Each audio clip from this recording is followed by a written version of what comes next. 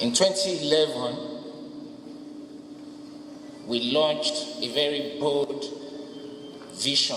We called it Buy It by 16. Grow the business 8 times by 2016. It ended in a fiasco. We failed. Instead of achieving the growth, it was growth without control. Several of the flanks were left open. And for people who love soccer, when your wing backs, when they go on the attack, if there is a counter-attack, they will struggle. And of course, the opposition will have the opportunity of punishing you.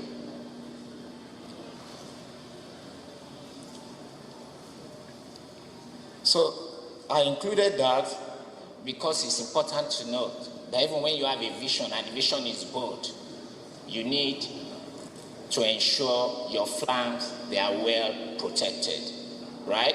So that you are not talking about the future. People must live today. There has to be a seamless connection to the future.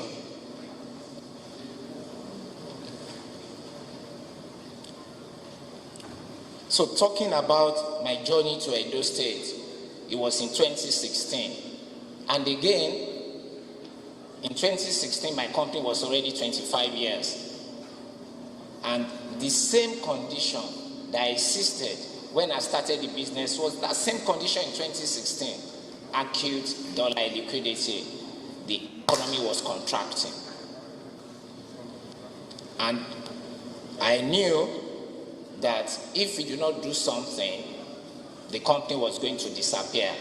So what did we do? We also, again, as Edo State is trying to do, we took a long-term view. How would the next 25 years be? There will be generational transition, and we hired best-in-class consultants. It was very clear that businesses must align with long-term opportunities offered by the external environment. We coined the term South Africa transformation.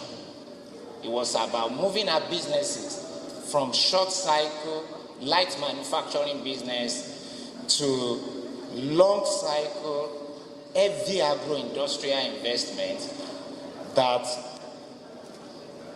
with capacity for value-added export, comparative import substitution, and more importantly, high barrier to entry. Because when you are thinking about the future, we picked 2 crops and we said we were going to invest in integrated value chain in cassava and oil palm. In addition to the businesses we had, certain businesses that were short-term, we shut them down.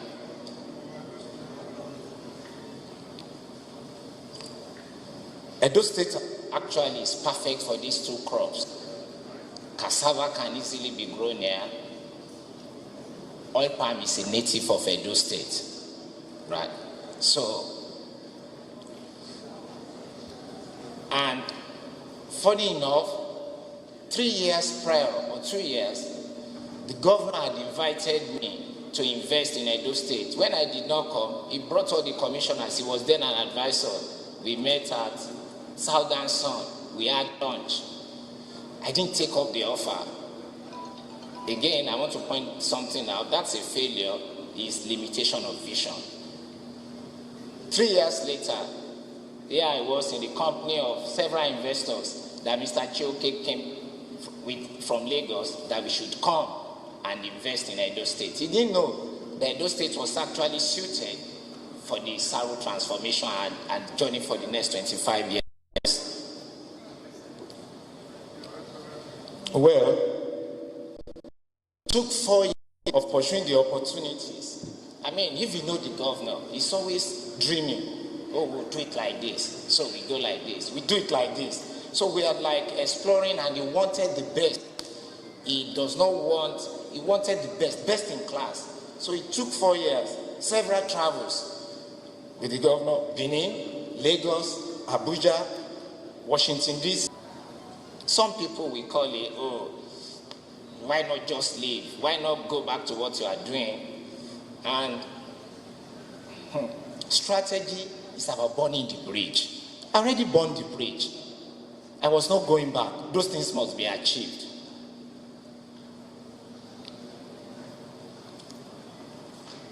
I said, of course, and I knew I was not going back to my colleagues and say I have failed. I was leading this transformation and I needed to deliver on something. In the private sector, delivering on your goals is quite critical for your leadership credibility.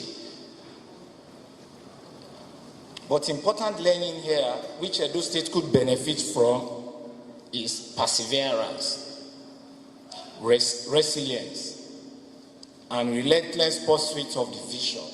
When you have a vision, there will be obstacles. Things won't go smoothly. So people should not think today we have a door of our dreams. It's going to be Alaghodaro in 30 years, and again challenges will disappear. No.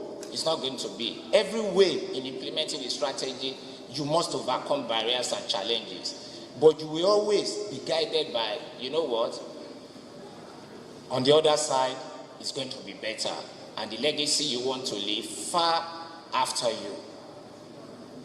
Though my Edo story is still continuing. And on a lighter note, I also moved to Edo State. I live here partly, I pay my taxes here, I'm part of you. It's part of the commitment that I have made.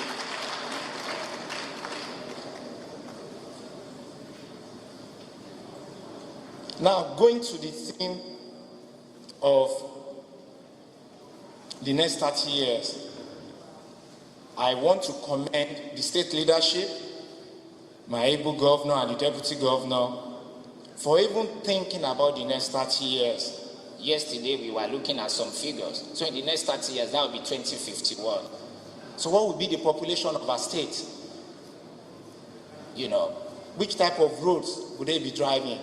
How would they be serviced? Right? How will people be employed? What sort of jobs will be around? You know, there will be several things. So when you think, I'm a proponent of, say, the first rule of strategy, think forward. Anything is possible. Then you reason backward to look at those challenges. But if you look at challenges first, then you have a vision barrier. You know, so I must commend His Excellency, and I think I would like a round of applause for him for being able to lead us like that. However, in the past 2 days that have been here, I've been asking people, my friends around, so please tell me a vivid description of 2051. What do you see? To even understand what are we dreaming about? Unfortunately, but nicely, I got varied feedback. Some say, I want it to be the culture capital of Nigeria. So, oopsie, we can do that in 3 years. We sort legacy trust out. We do several things.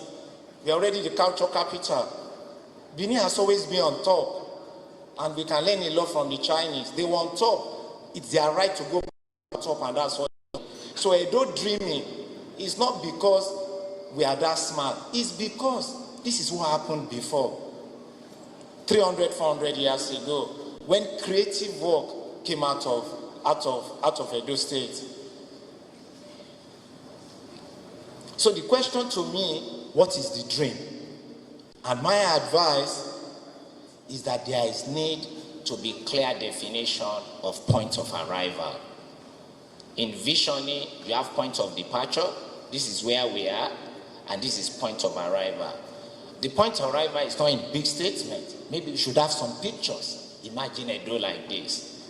And I hope in His Excellency a presentation, we would have some of those ideas that this could be us, this would be us. Very important, so that everybody can key in and we can see where we are headed.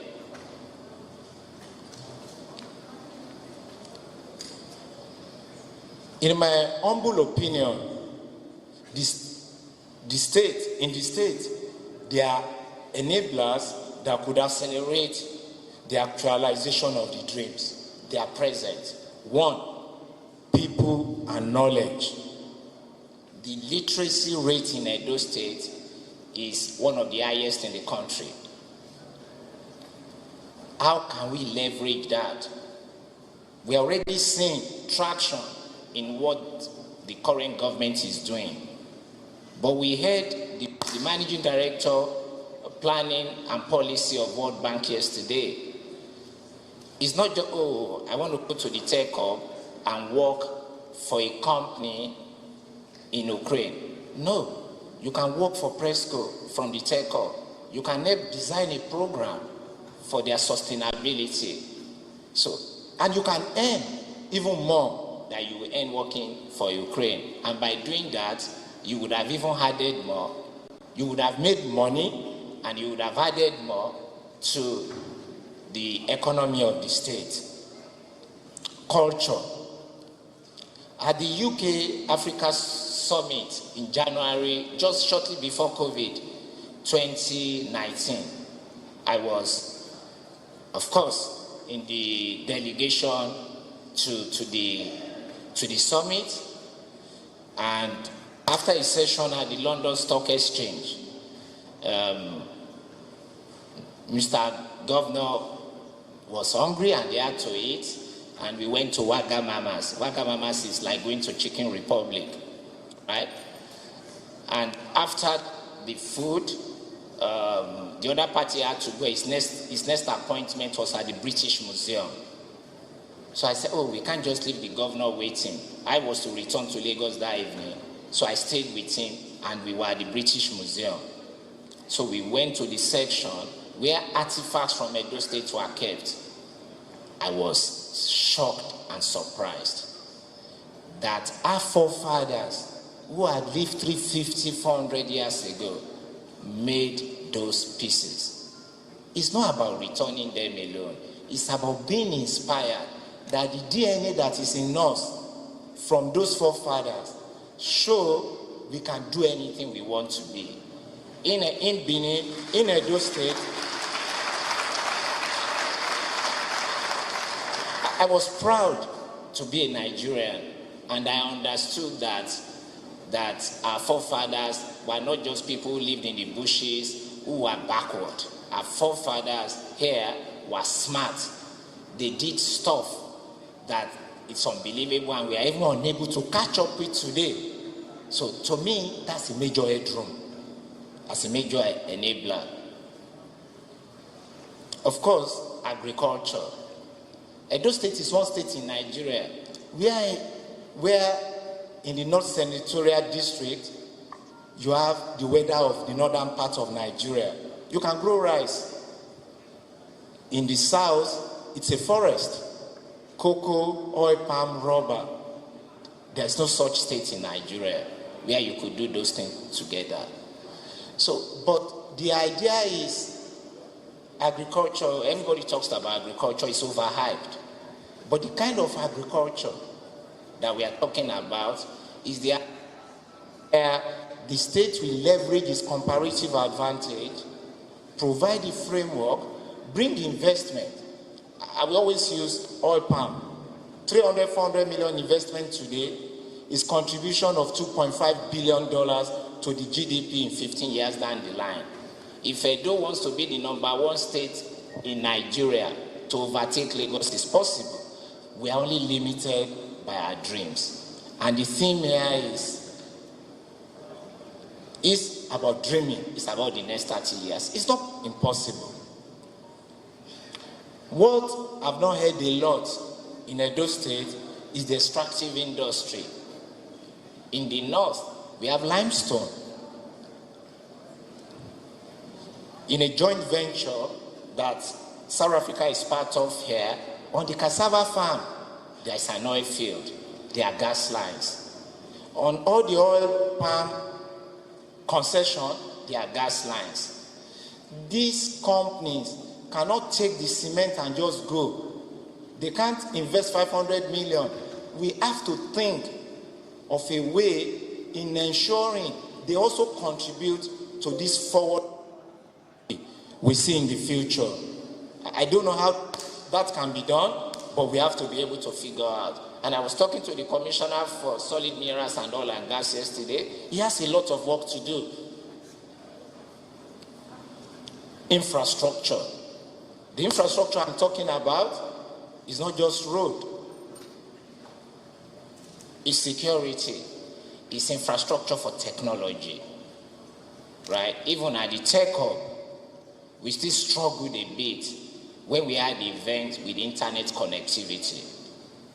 We must build the infrastructure that the people will be able to use to feel that, look, they can make anything possible from their rooms, wherever. And we need to think about the people of the future, right? We are all trying to use our phones here.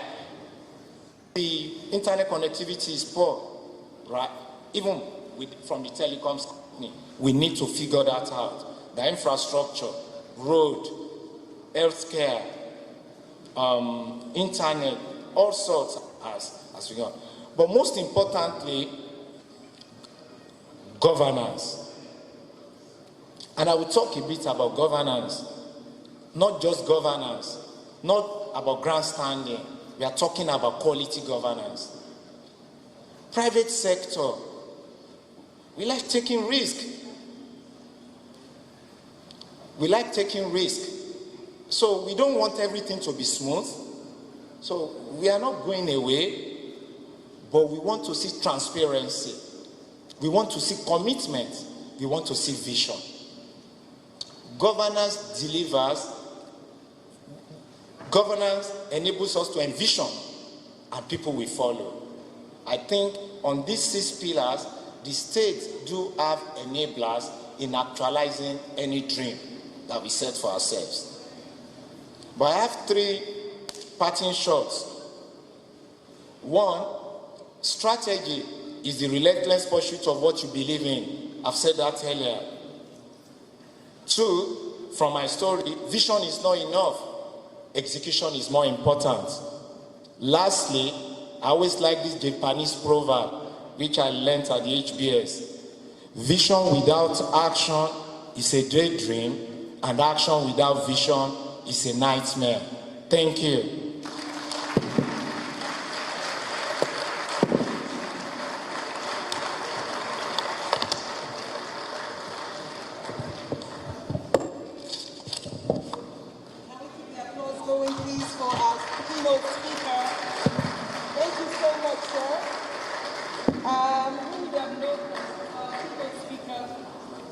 Actually has a 28-year-old daughter.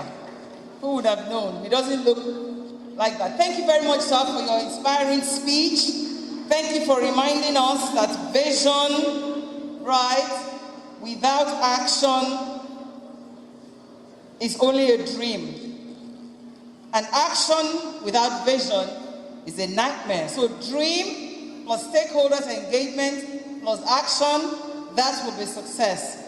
The Singapore of Nigeria, which means Edo is not just great here, but it's great everywhere. Thank you very much, sir, for telling us that even though it took a while, and you were wondering where is this going, eventually you set sail in Edo State. Congratulations, sir. Now we have a very short documentary to kind of situate the story so far. That story is going to key into the governor himself coming to share this dream and give his heart. Are we ready with a video? So ladies and gentlemen, the story so far is going to be presented on your screen up there. It's a very short documentary. Please go ahead.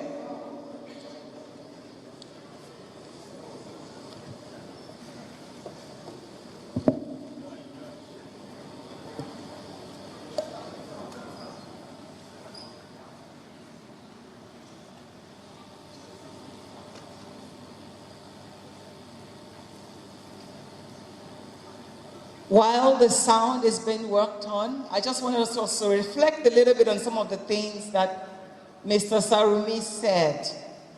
That in crises, there are opportunities, and that we are only limited by our dreams. So it's good to know that we can dare to dream, but that dream goes nowhere except everybody keys into the dream. And quite frankly, he referred to our governor as the dreamer. So maybe today going forward, we shall rename him Godwin Noregase Joseph the Dreamer. This is dreaming. You dream. Carry us along with your dream.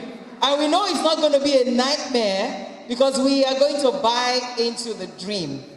Today, Edo State is great again. Let's make it so for the next 50 years. Edo is the place to be. I don't know how many of you have walked past the golf course area. Find time to drive around Edo State on your way to the airport. You will see one nice muse on the corner. Beautiful homes. It's already sold out. We are coming home. We're ready. Let's go. The story so far.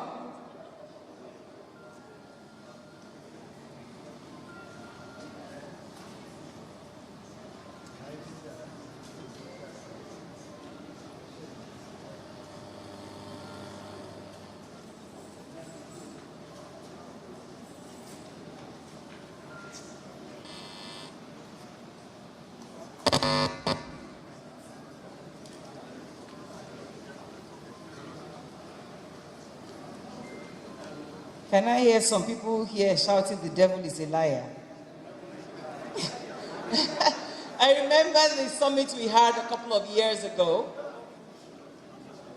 and then the generator wouldn't work, and then everybody was scampering.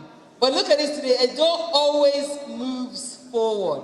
Now we have this state-of-the-art event center right in the middle of Government House, with all the technological needs there. But what I can see that you can't see is some men at the top scampering around looking for how they're going to sort out this audio problem. But I do know that even without the audio, anyone who walks into Edo State or drives through will know that there is a difference. And that's not just gainsaying the fact of what has been said everywhere. Some of the things that I know personally make me want to associate.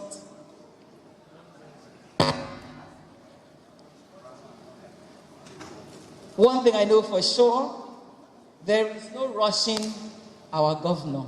No matter how intentional or great the idea you have is. If he hasn't seen it and keyed into it, you're wasting your time. Now here's a governor that I've said this on several occasions of how he even taught in my old school, Idia College. For the past 5 years, I've been begging this man, go and transform Idia College. Said, listen, I have a dream. He did it in primary school and is moving up to the secondary school level. I have personally witnessed how you cannot rush a man with a vision. And once he keys into the vision, he's working with it. So I would advise that we all key into the vision. At this point in time, if our video is taking a while, I think it's important at this point in time that we should listen to the governor himself. I think at this point in time, we can give him a round of applause while they are sorting out the video. Task. Is it on now? Can we have the sound, please? Can we have the sound? The reason we want to see the video is to experience the story so far. And I'm sure you all will agree. There we go. Development is freedom. However, building a modern, prosperous society is a daunting task. It has taken men with razor-sharp vision, uncompromising zeal for development, and a formidable team to move countries and states from squalor to splendor. The hallmark of this kind of progress is benchmarked by good governance, economic competitiveness, technological advancement, improved quality of life, urban renewal, internal security, and human capital development. From Singapore to Rwanda, Korea to Dubai, leaders such as Lee Kuan Yew, Paul Kagame, Sheikh Mohammed bin Rashid Al Maktoum have shown practical evidence of how to grow from nothing to an indomitable force among the Committee of Nations. In Nigeria, while the quest for development has shown bursts of brilliance and genius intermittently, from the national to subnational levels. There was a decidedly fundamental shift in Edo State when Governor Godwin Obaseki took the saddle of leadership in November 12, 2016. Driven by a commitment to change the development narrative in the state, Governor Obaseki rolled up his sleeves and tackled the problems from the foundational level, saying that opting for cosmetic changes would be doing Edo people a disservice.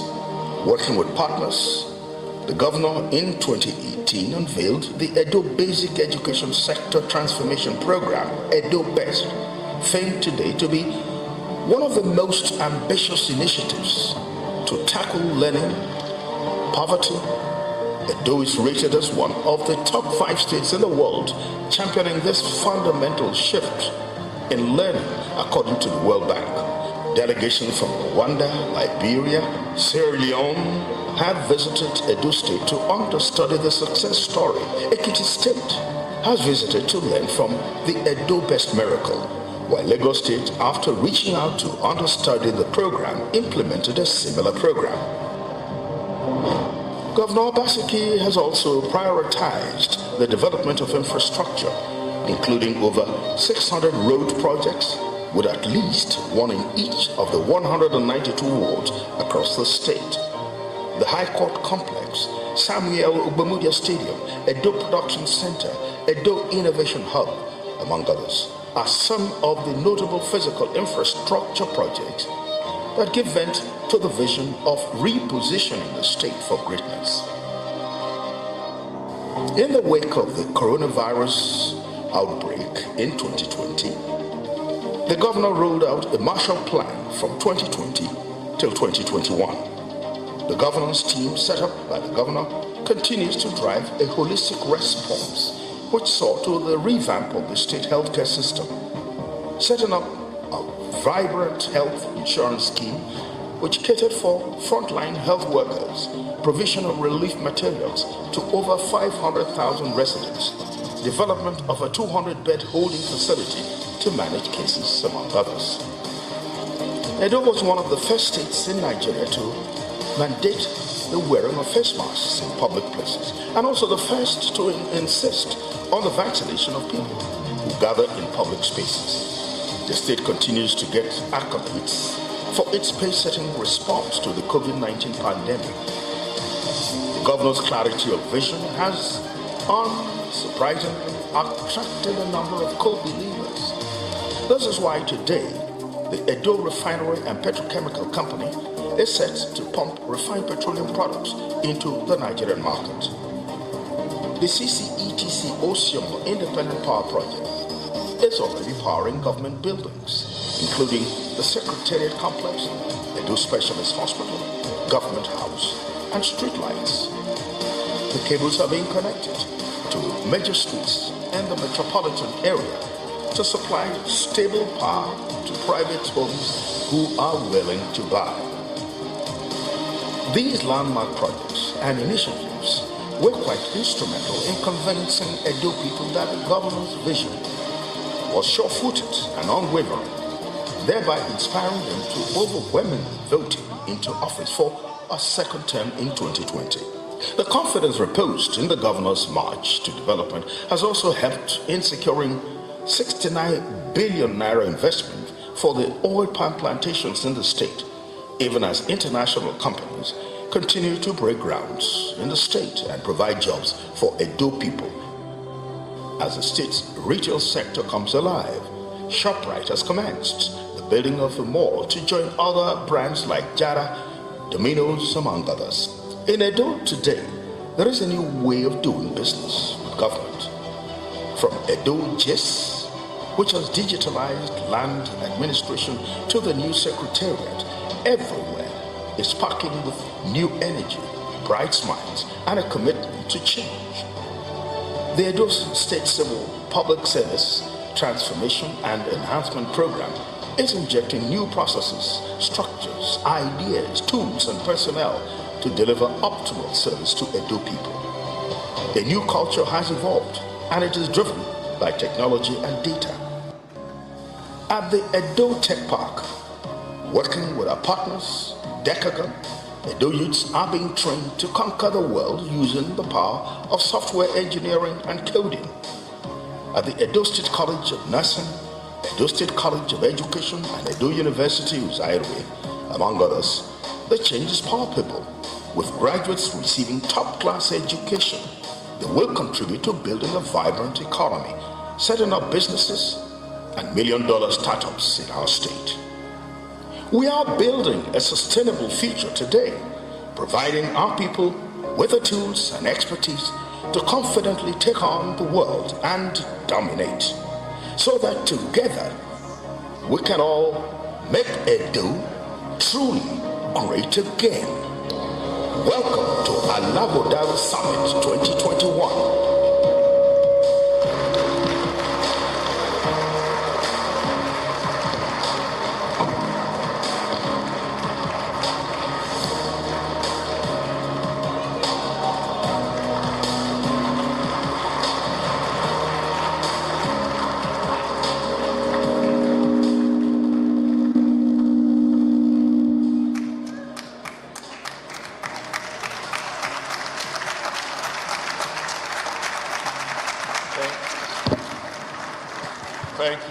Thank you very much. Your Excellency, the First Lady of Edo State, Mrs. Betsy Obaseki, Your Excellency, our beloved Deputy Governor, the Right Honorable Comrade Philip Shaibu and his very lovely wife, the Speaker, Edo State House of Assembly, the Right Honorable Marcus Onubong, Your Lordship, the Chief Judge of Edo State, Honorable Justice Joseph Archer. We are blessed this morning in Edo that all our three senators representing the three senatorial zones are here with us. It tells you how much progress we have made in our politics. I want to acknowledge Senators Matthew Ruhide, Senator Francis Alemikena, Senator Clifford Odia, Honorable Sejus Ogun, the member of House of Representatives, Honorable Jude Isaidehe, also a member of House of Representatives, other members of the Edo State House of Assembly who are here, my colleagues in the Edo State Executive Council and other senior government functionaries,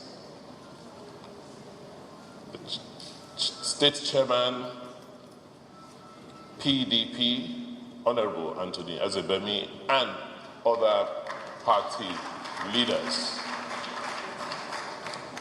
My brother and friend, the chairman of Alaghodaro Summit, Mr. Aswe Igodalo, and other board members of Alaghodaro. Members of the academia who are here, let me thank our sponsors. You have been with us from the beginning, and your support keeps helping us to wax stronger as a government. Thank you.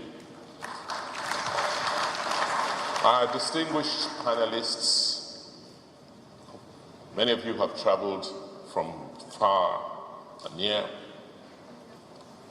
Clerics, I acknowledge the chairman of the Christian Association of Nigeria, Bishop Kure, and the chief imam of Benin City, Alhaji Sheikh Inabulele.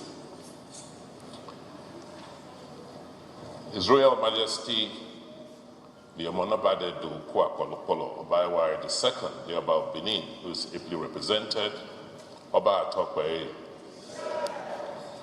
most distinguished invited guests, members of the press, distinguished ladies and gentlemen. Sorry, I had to establish protocol. That is the protocol. I'm so glad that all of you have now accepted Alaghodaro as an annual ritual. And that on the 12th of November every year, we all gather here like this, not just to reflect on what has happened in the last year, but also to project the future and see if we are in line with our promises and our hopes. As the chairman of the summit said in his opening statement, and also reiterated by the guest speaker, this year we are building on the theme for last year, which we set after our victory at the polls.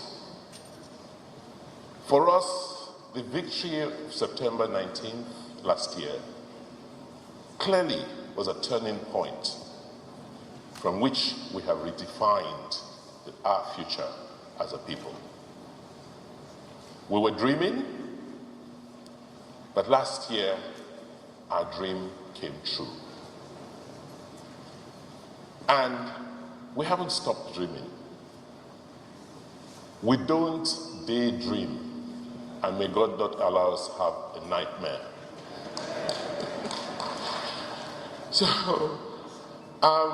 So this afternoon, over the next 20 minutes or so, I'll try and explain as best as I can the future we see and how we believe we can sustain that future. We're all witnesses to what has happened in this country and in the world in the last several months. COVID-19 clearly has redefined how humanity will live and will exist. It has reprioritized our values and reprioritized, giving us new priorities.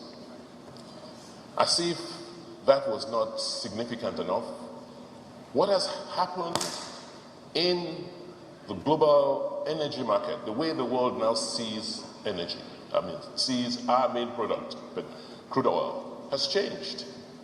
The world is now talking about renewable energy. This and the unfortunate steps we have taken in managing our national economy has created real challenges, which has led to our economic downturn. And, you've heard my views about this. The way we continue to manage our foreign exchange is like we're back where we were 30 years ago.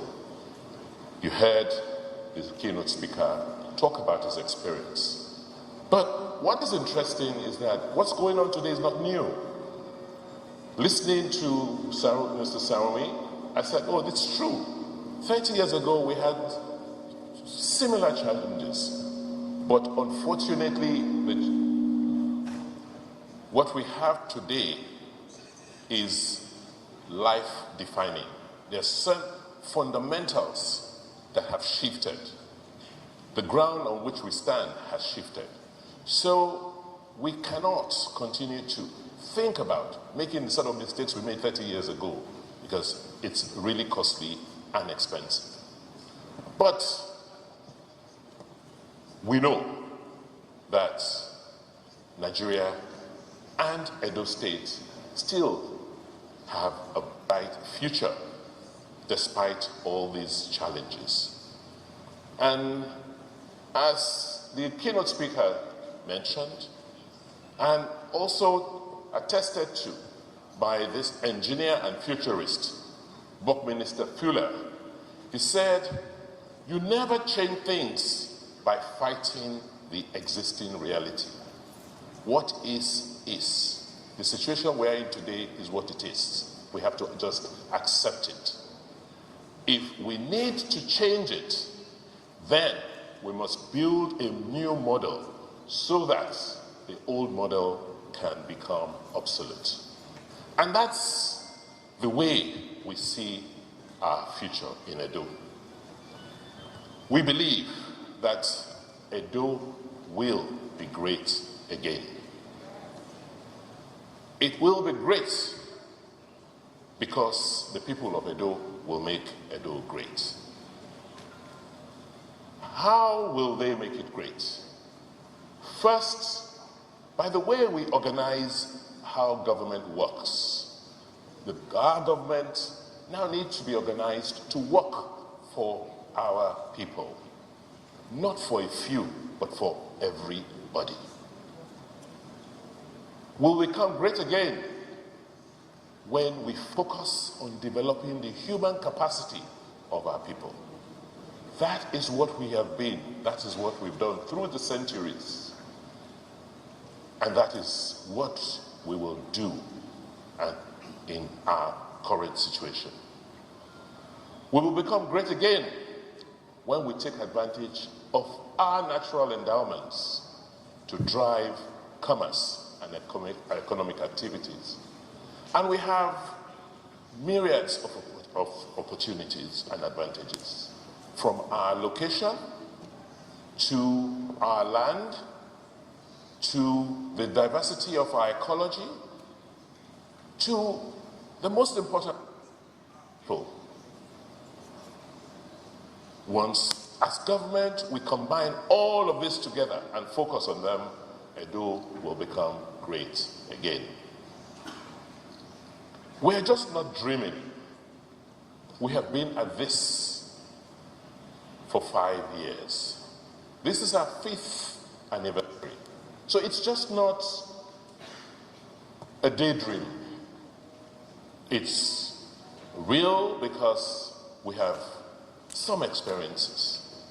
Because over the last 5 years, we have focused on setting. First, how do we govern our people properly? And you all know the challenges we have faced. And our insistence on doing things differently and properly led to the kind of revolution which we saw in our politics in Nigeria starting last year. And thank God, we call it a revolution, it's real. We have seen it reflect in Anambra and, by the grace of God, in all subsequent elections. So we've focused on reforming the civil and public service. First, by just improving the environment in which they work. Some of those pictures are real. Yes, they may have been taken at night, but you can drive through. The offices we're building for our civil servants and our public servants today go compare with anything you find anywhere in the world. Because if you do not create the right environment, they cannot and will not be as productive as they could be. So we've improved the environment. We've begun to go back to what we're known for, merits, merit-based hiring. You do not have to be the child of a senator or His Royal Highness or whatever to be able to have access or jobs in the civil service. And for the civil and public service today, you have to earn your pay. Yes, it may not be much. Yes, we're going to work hard to improve on it, but you have to deliver, you have to produce. So they all have KPIs. They have key performance indicators, and they have scorecards. Quarterly, we review what they do, and we try and help them improve the service delivery. Today, we have an e-procurement platform. We can tell you how much we pay for every service that government procures. And it's there online, it's available. There's nothing to hide because we now must run government transparently, accountably, and account for every kobo of taxpayers' money we spend.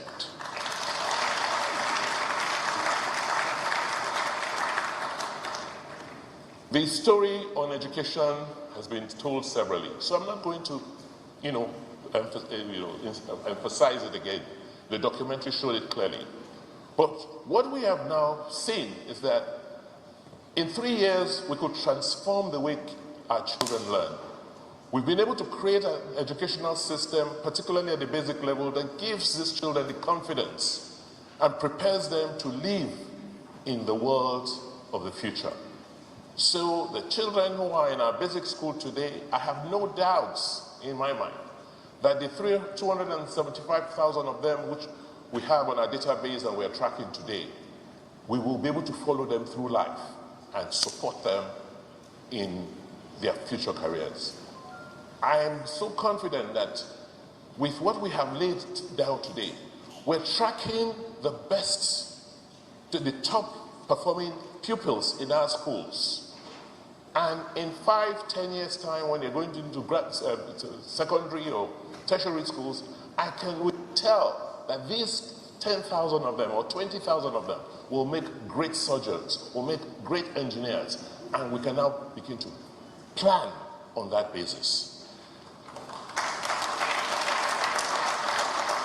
With what we have learned reforming and transforming our basic education system, we now know it is possible to use the same tools to change the way we teach and train our kids in junior secondary school, senior secondary schools, in all our technical colleges and tertiary institutions. That is what we've termed EdoBest 2.0, which we have commenced. In the area of healthcare, we have just not started. We have done quite a lot of work. Our focus has always been on basic care, just like we did with basic education. It's basic care. Let's go and fix those areas, the institution where our people have a first interaction with our healthcare system. So primary healthcare reform is our priority, and at a minimum, by the time we're living in 2024, we should have at least one standard primary healthcare center in every ward in Edo State with well-trained staff who we have now transferred to the primary healthcare agency, with the technology that tracks when people come in and also tracks the quality of services we render to them. We see Edo as a health hub in the near future. And when I mean near future, in the next 5 years. Because we have everything that it takes to become a hub for healthcare. We've revamped the Edo Specialist Hospital, and we've ignored the manipulations from our opponents who try to make an issue of bringing down a 90-year hospital and moving a 90-year hospital into a 5-year-old hospital. So we're transforming the specialist hospital and then also building a new Stella Obasanjo hospital. In the area of power, as you know, Benin City and Edo State has one of the largest generating capacity. In this town alone, we have in excess of 1,000 megawatts of power. So there is no excuse and reason why we should be in darkness. And from the gas resources available, not to talk about renewables, we can generate 10,000 megawatts of power in this state. And we will do so. This facility in this hall is being powered by an IPP from Osiomo.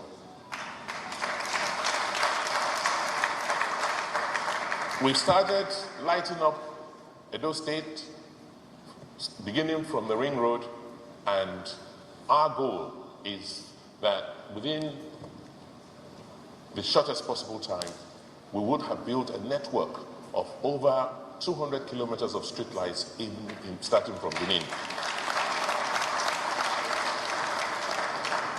It's all about the economy. We have to continue to grow the economy to sustain our future. And the future is about technology and innovation. So our emphasis as government is technology, education, technology, education. We have set up innovation hubs, and we did this as pilots And the successes we've attained just confirm to us that it is possible. Now that we have piloted, the next phase is to just roll out and don't look back. We've trained over 32,000 beneficiaries in various ICT programs, and for us, it's now the norm. And we will continue to push. For those of you who were with us 2 nights ago with the World Bank Managing Director for Policy at the Ohorami Take-Off Campus of the Edo Park, you see the potential that this state has, particularly in our young people. We have about 120 of them running the Take-Off program. And when they shared their story, we left there that night, and our guests left knowing that Edo has promise, and Edo has a bright future. We've also looked at skills and entrepreneurships. We've set up 2 job centers. We've trained over 23,000 beneficiaries. We've certified most of them, and we're raising financing to support these entrepreneurs. We've started with the Bank of Industry Collaboration with 2 billion, and we hope that we'll grow that very rapidly in the next few months to about 10 billion. Working with Konga, we have set up an online marketplace, and we're trying to get our entrepreneurs to now begin to use this platform to extend their markets. We continue to encourage job fairs and other activities that will promote the goods and services of our people outside the state. The Benin River Port project for us is going to be a game changer. We have completed 3 baseline feasibility studies, and each study has just confirms to us that the opportunities which the Benin River, the part of Benin, gave to the Benin Empire, those opportunities still exist today. We have done the topographical surveys, the bathymetric surveys, so just all the surveys these technical people need to undertake to check the viability of a port have now been done. And we have come to the conclusion and realized that that river port could be the 2nd most viable port in Nigeria.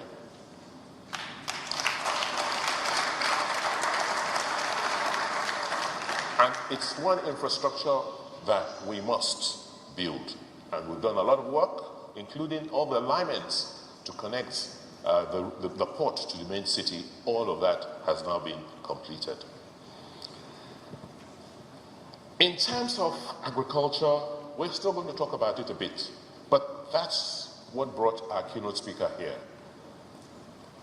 We are leveraging on a key advantage of oil palm, not just because of the product itself of oil palm, but because strategically you need to have size and scope. And size and scope comes with large-scale investments.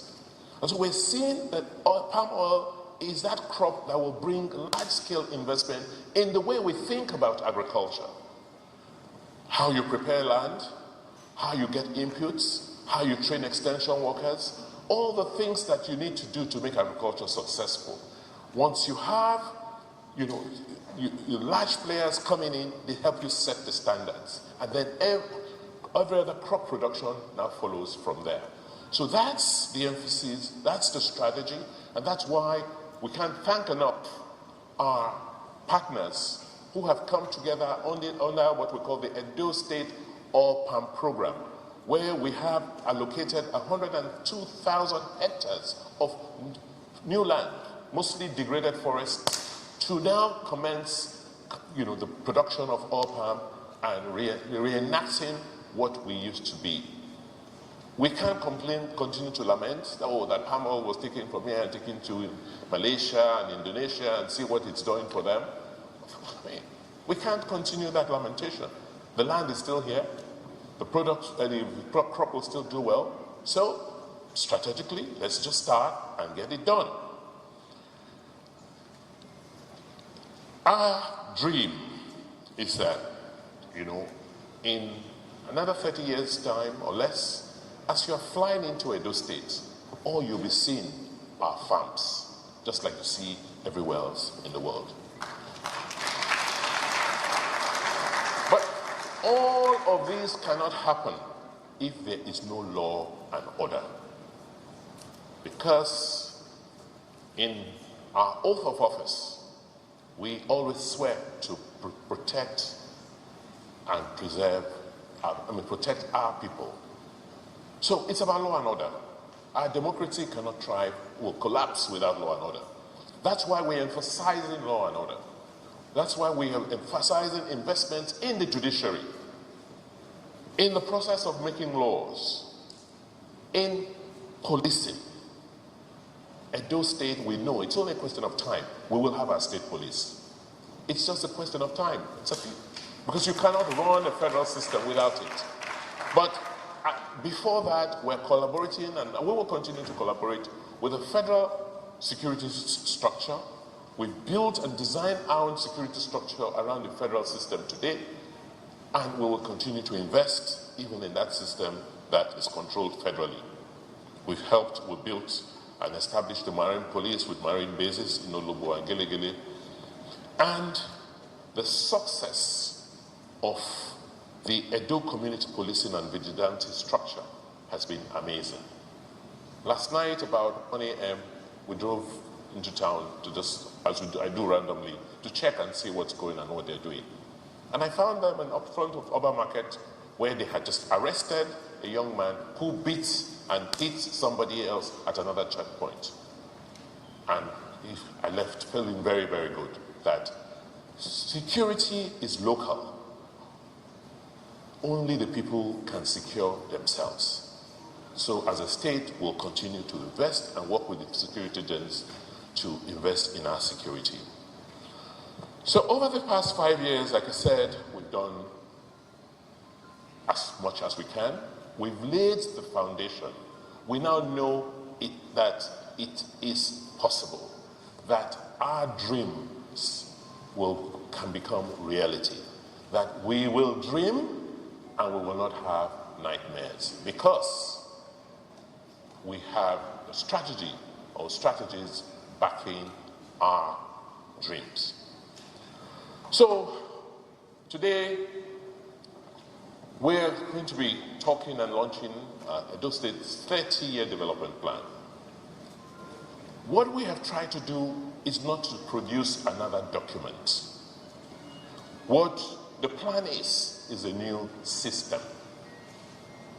We have two sets of planners working with us. We have those who are doing our economic and social planning, and we have those who are doing our physical planning. So we have teams in Benin, in Lagos, in Abuja.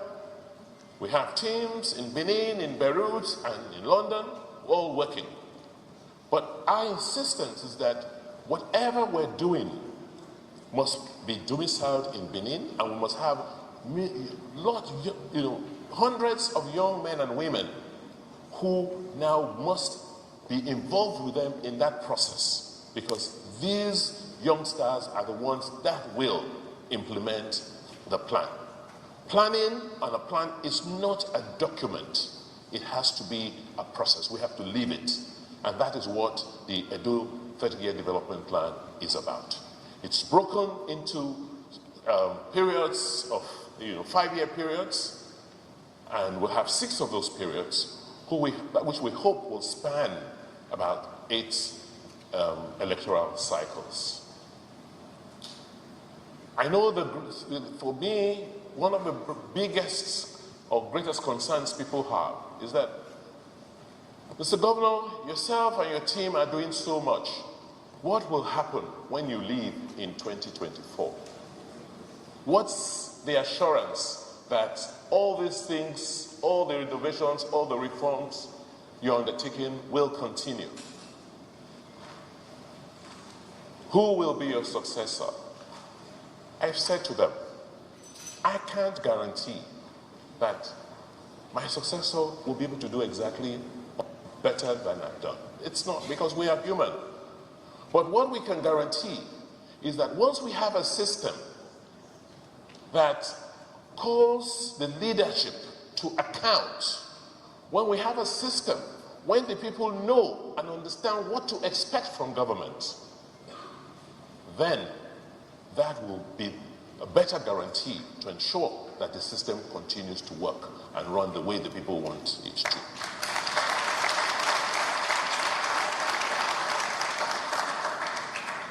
And so the strategy for a long-term plan is, like Mr. Sarumi said, it's broken up into periods. We're just not dreaming about 30 years from now.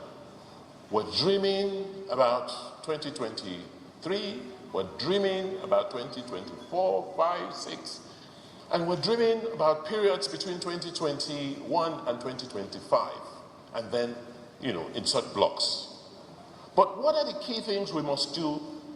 And like I said, fortunately we have started doing that will take us to our dreamland by 2050. First, and we will continue to insist, because we see it every day, Nigeria is not working because the civil service and the public service are not working. Simple. So we politicians can say whatever we want, we can, make whatever pronouncements, but the structure and system to make things happen is very, very weak. And until we build this bureaucracy, the structures will just continue to lament and at best continue to hope. So rebuilding the public sector is key. And you cannot rebuild the public sector on its own anymore. Forget it. The public sector needs help. The public sector needs to now collaborate more with the private sector. As far as we are concerned in Edo State, you only have one sector, the Nigerian sector. We would not have been able to undertake the reform we undertook in education in Edo West if we did not have private sector partners. And I see it the same way in terms of implementing technology. So we must understand that it has to happen. We have to have short-term initiatives. And today, we're working on an e-government platform, and the future of Edo and the bureaucracy of Edo is technology. Edo will run on an e-gov platform commencing this year. I have always said in different fora that I will be the last governor in Edo State to work with manual files.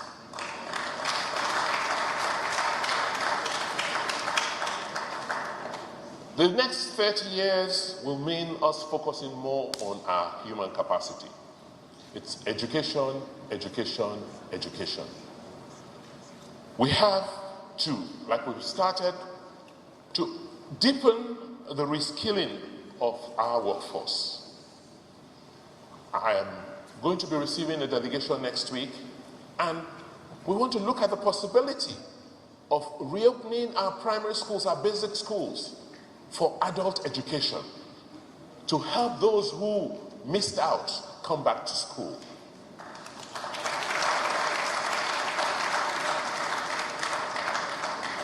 With our experiences from the Edo Production Hub, the Edo Enterprise Park, we now know it is possible to build large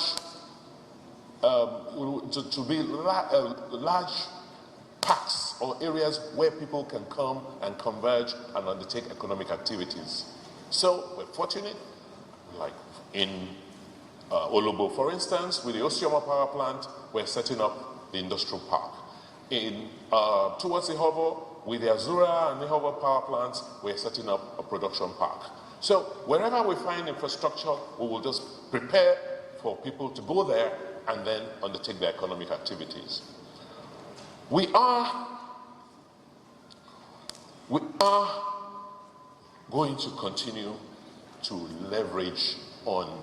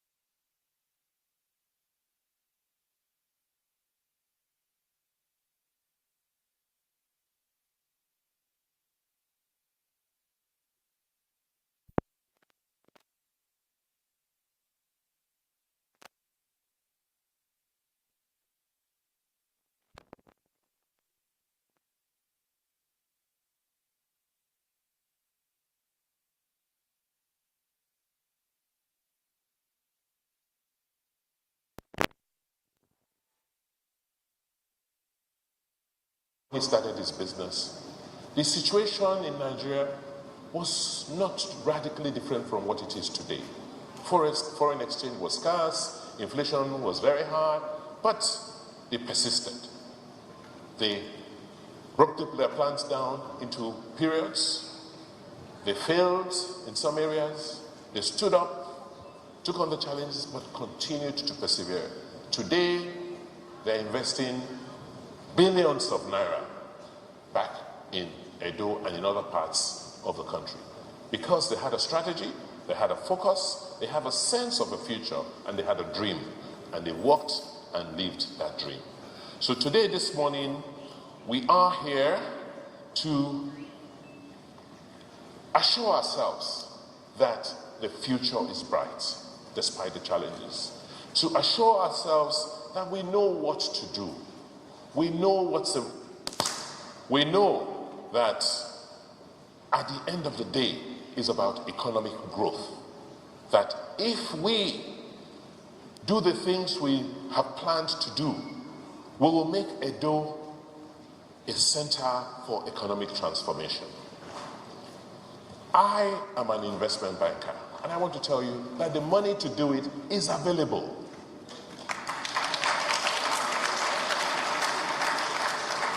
The money is not the challenge. The challenge is the thinking. The challenge is a discipline to follow through with a particular strategy and to stick to it no matter how difficult or daunting it will seem. And so, for me, the next 5 years should be one that ushers in a whole era of new opportunities. An era where we'll be able to raise substantial amounts of money from international capital markets to build a river port, which will give us access to the rest of the world, direct access, to build an international airport that will be aligned to that, to bring in commerce, to support something unique that no one else has in Africa, which is a cultural district based on a history, a culture that the world cherishes. So for us, the return of the artifacts, it's not just about the display of the artifacts. No, it's about part of our plan to create and make Edo a culture hub. There is none in Africa today. And because there are very few societies that have what we have to show the rest of the world. The cultural district, the return of the artifacts, is to help us make that reconnection with our past. It's to help relate the creative geniuses we see in our young people to where it is coming from, to its source. That is the purpose. So that's why we don't want to get drawn and lost in the purpose, the arguments back and forth, but to focus on the purpose, why we need these works back, and we want to appreciate and thank all the governments and the various museums across the world who have made a commitment to return these pieces. We have over 4,000 of these pieces flung across the world. And we have commitments for substantial return of these works. Our goal as a government is to prepare a state, to prepare a city where these works can come in, where they can be displayed, and where the world can come and see them. And by the grace of God, we will succeed in doing so. As I said, we want to continue to invest in agriculture, particularly oil palm, to now help us create the framework for investing in agriculture. Victor Waifo Creative Hub is just a sample of what we intend to do in supporting entertainment and the creativity of our young people. That is just a sample. I just invite all of you to come in tomorrow to see the young creative artists who we have nurtured, performing with their peers nationally in that center, and it will tell you what is possible.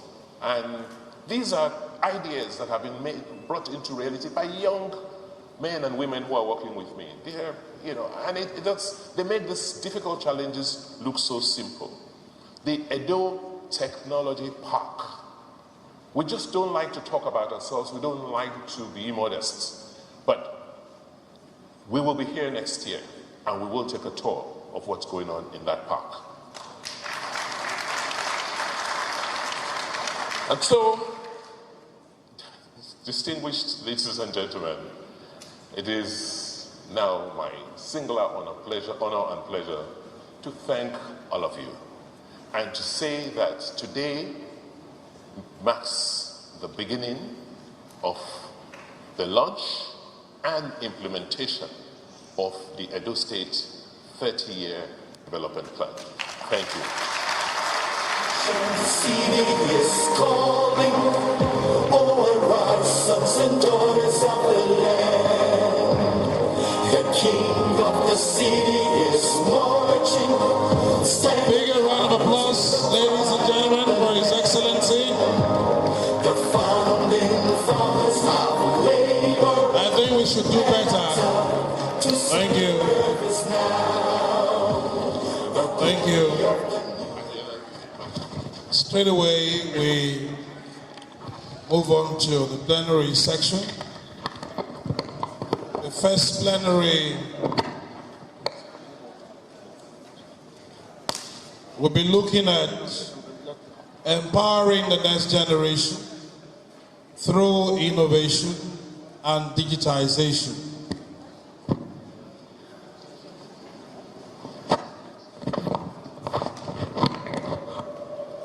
We acknowledge the presence of our traditional rulers here.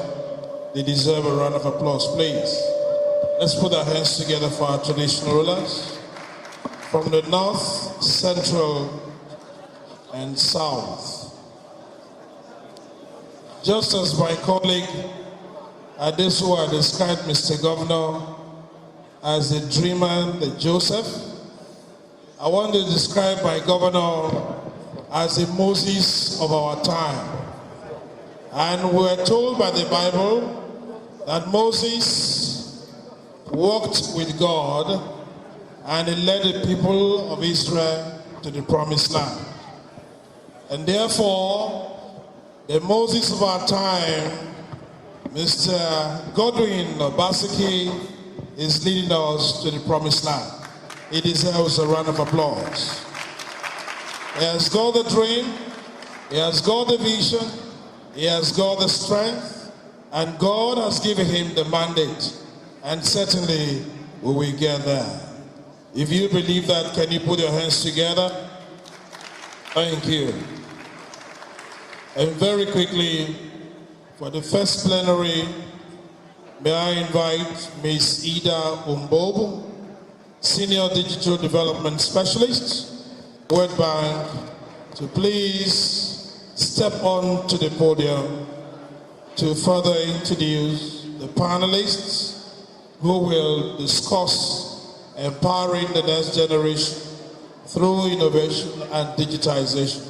Please can we put our hands together for our very dear sister and moderator of the first plenary, Ms. Ida Umbobo. Yes. Senior Digital Development Specialist, World Bank. Thank you. A little bird told me, Terry, that we should play a video first, right? Ida, let's clear the table because Joseph the Dreamer and Moses has finished speaking. So let's clear this, please. The tech park is an indication of what is possible. While we know, our chairman said it's the material from all of this cerebral talk that will form what they'll do later. So kindly, while Ida is all seated, don't worry, sit down. We like a lovely dress. Just cross your legs and wait. So we watch the video before you bring your guests on. So if the video is ready, just 5 minutes. Because when you dream, when you see what you're dreaming about, it's better. So let's see what this is.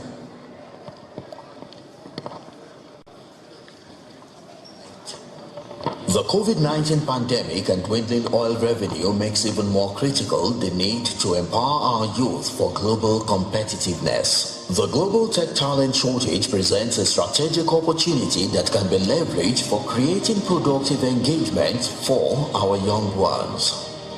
Tech is the new oil. The $400 billion plus technology and remote work market remains largely untapped as demand for tech talent continues to dwarf the supply.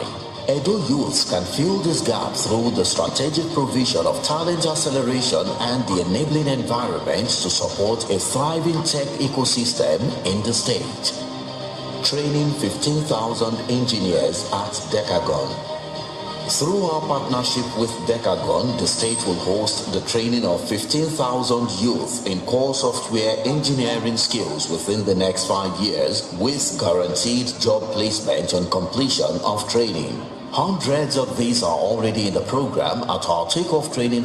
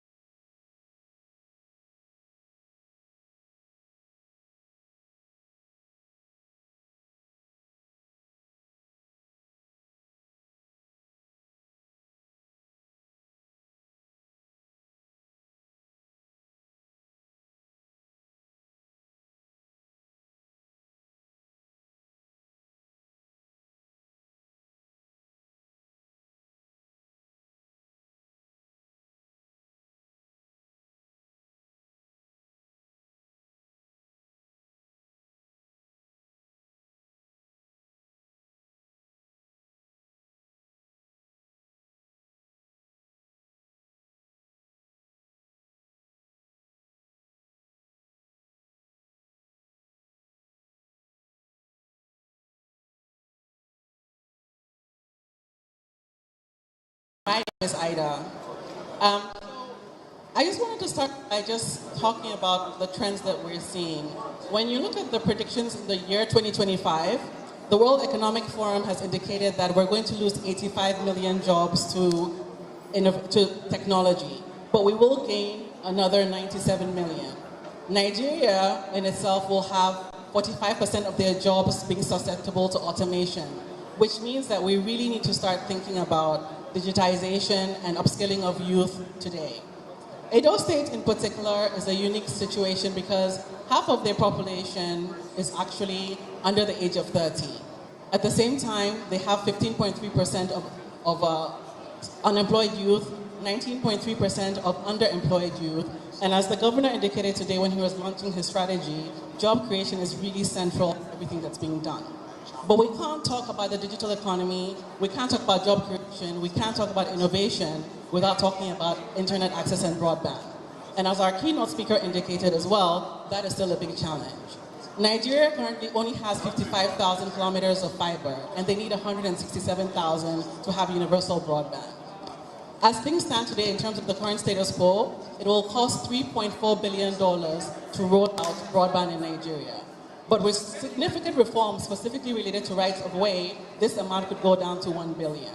So one of the things we'd really like to see come out, you can't hear me? So we can hear you here. Go on, we can hear you here, go ahead.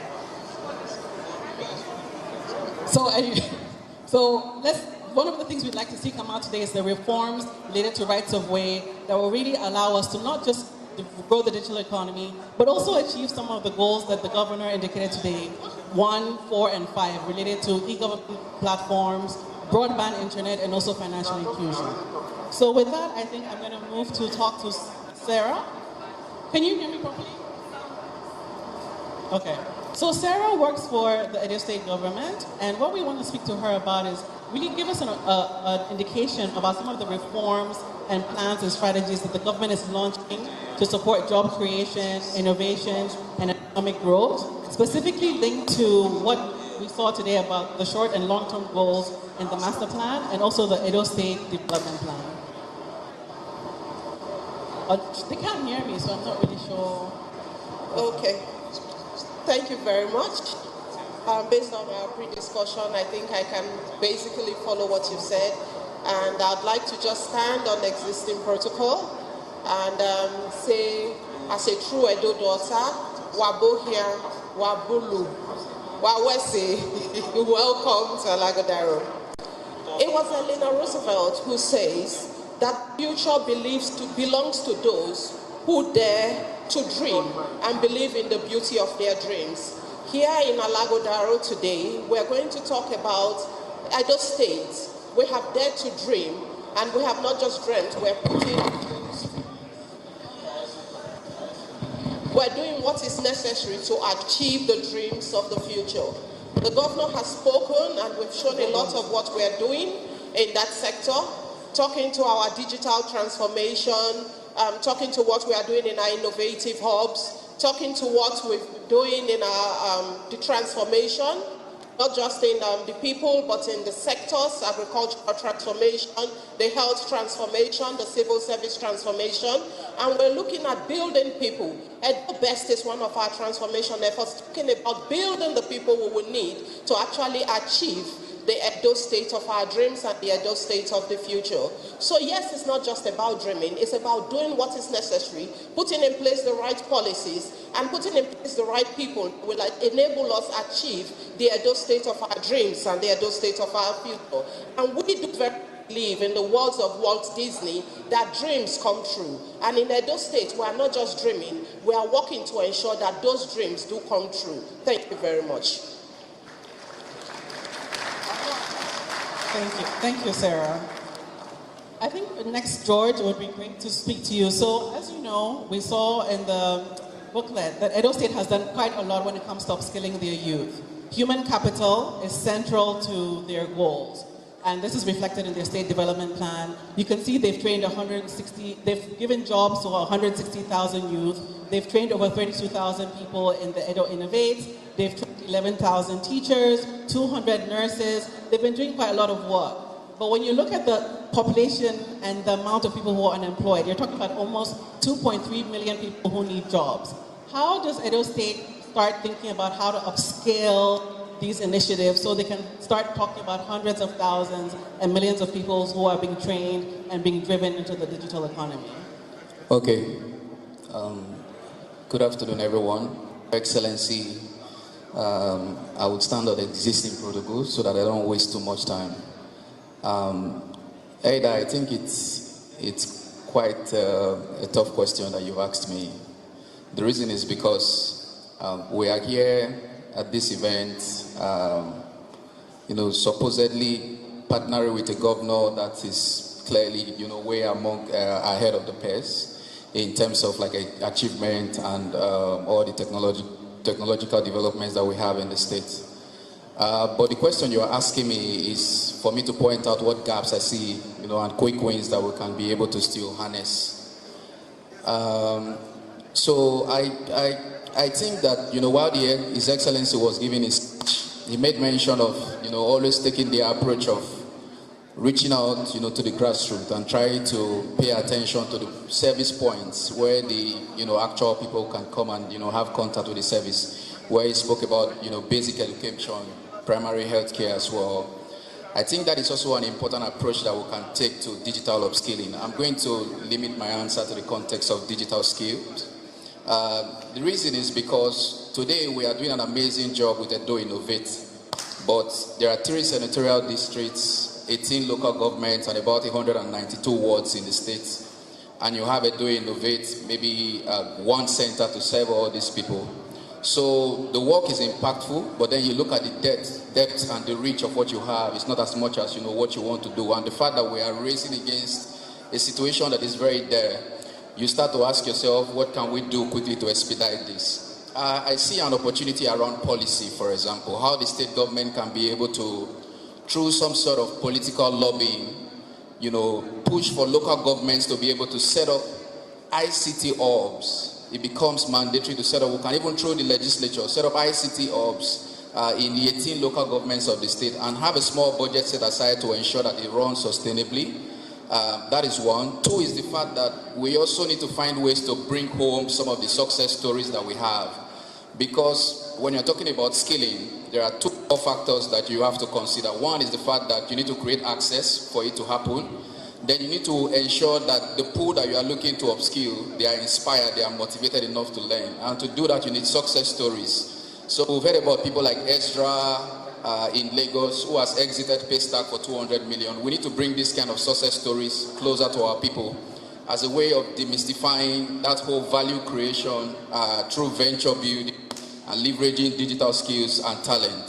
So government can be able to do this through offering of incentives. I'm particularly excited about that the Alaghodaro Summit is now an LSC.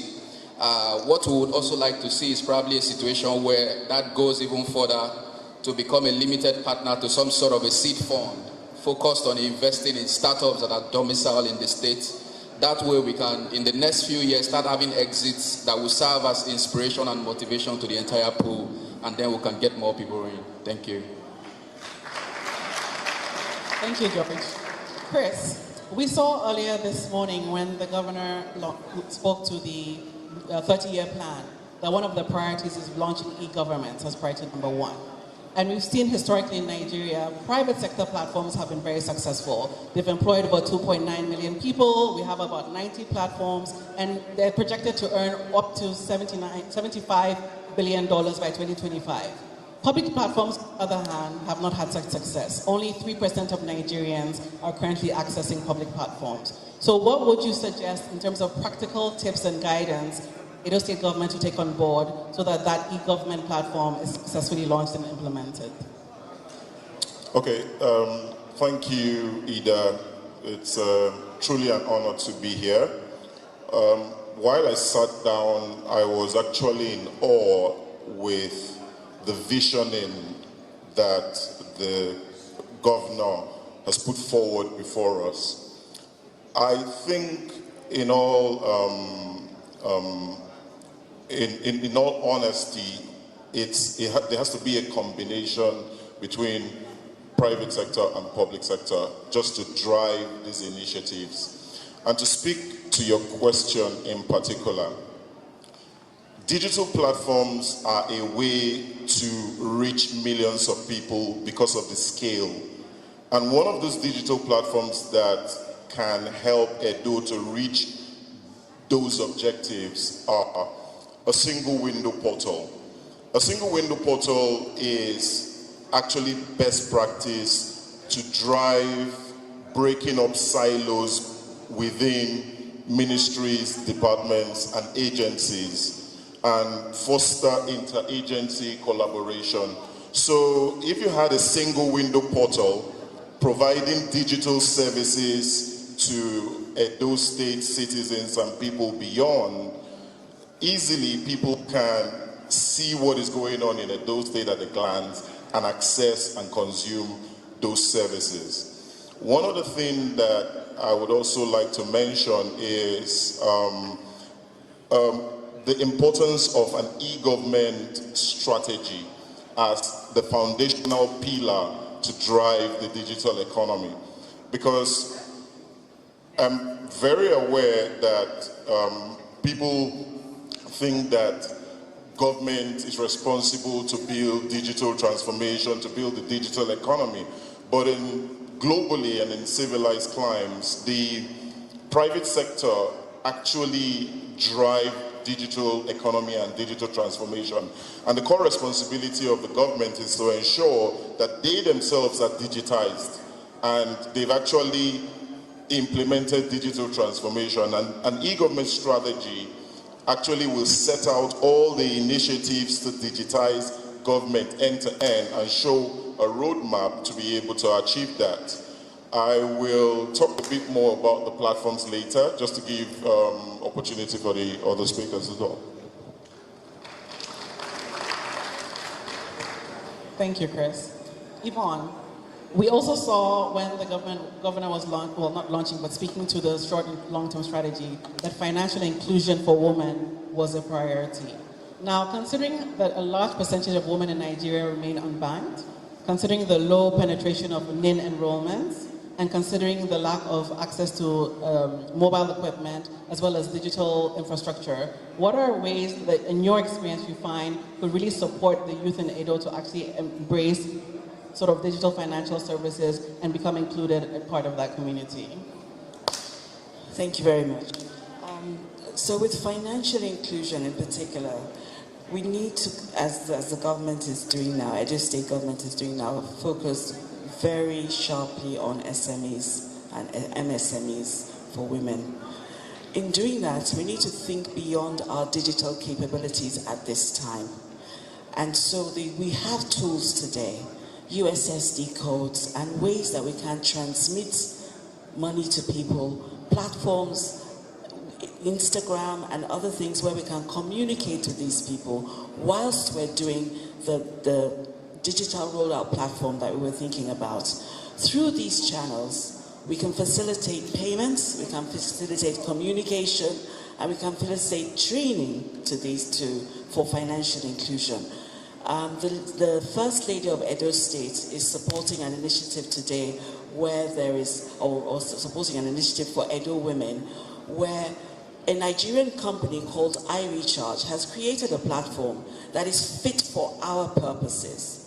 It meets the women wherever they are, in the market, in their homes, looking after their children, wherever. It takes their data, it helps them communicate with the providers of goods and services, and importantly, just with having a single code, whether it's on their phone, smart, not smart, whether they go and use somebody else's phone, they simply have one code, and through that, they can transmit money to a POS machine, an ATM machine, a bank account, to their suppliers, and a number of other things. These types of platforms are being created by Nigerians today. And they're things that we can use to facilitate the aggressive rollout of financial inclusion in Nigeria at this point.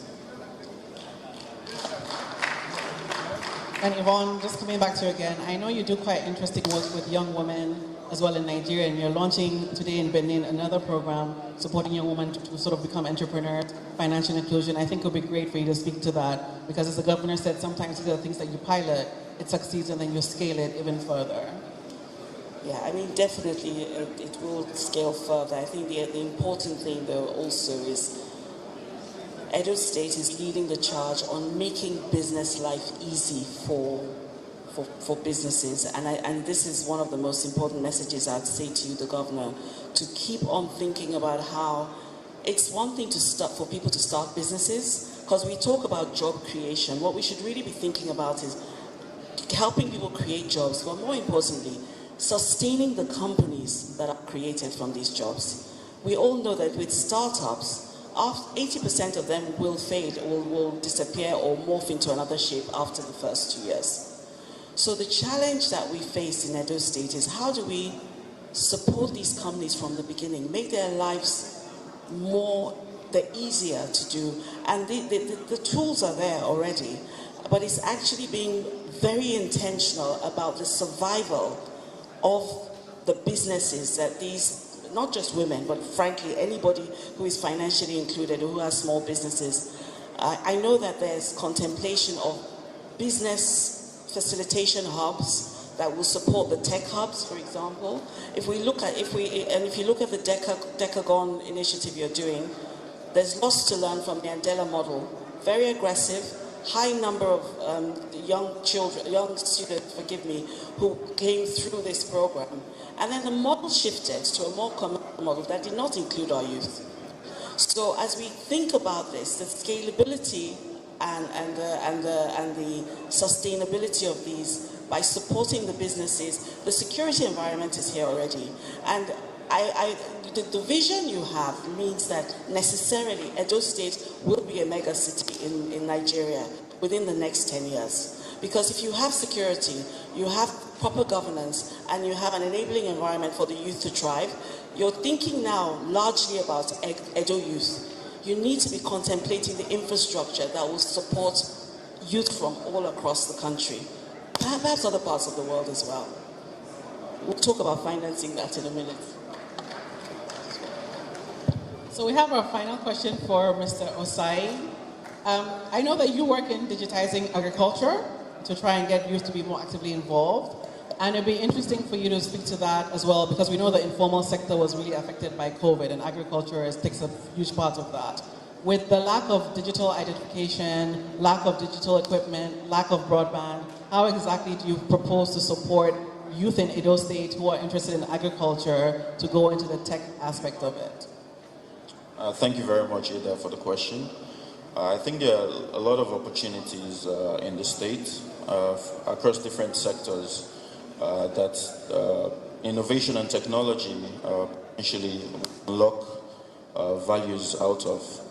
And firstly, we have to look at what's the approach in firstly identifying these problems and opportunities in these problems. So for us as a business, we're predominantly in agriculture. We take a different approach. We look at opportunities in problems, and then we try to come up with innovative solutions to these problems.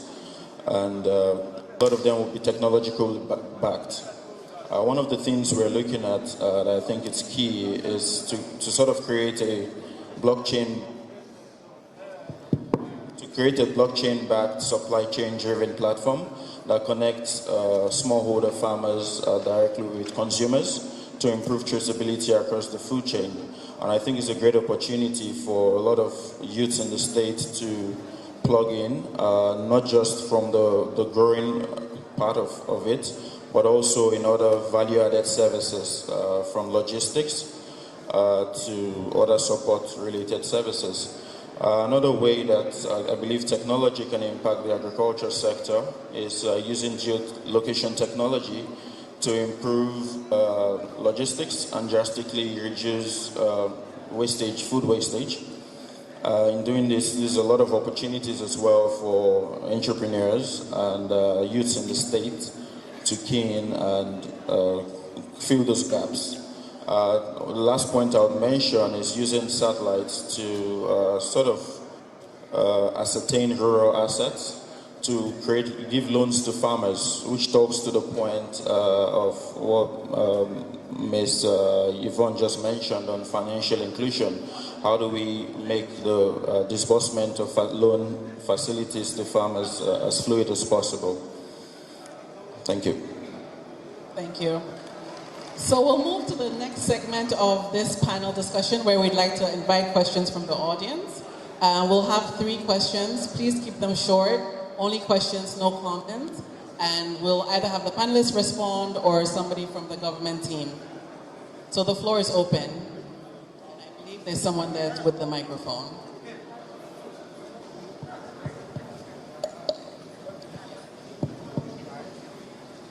You can just raise your hand. Oh, okay. Gentleman over there.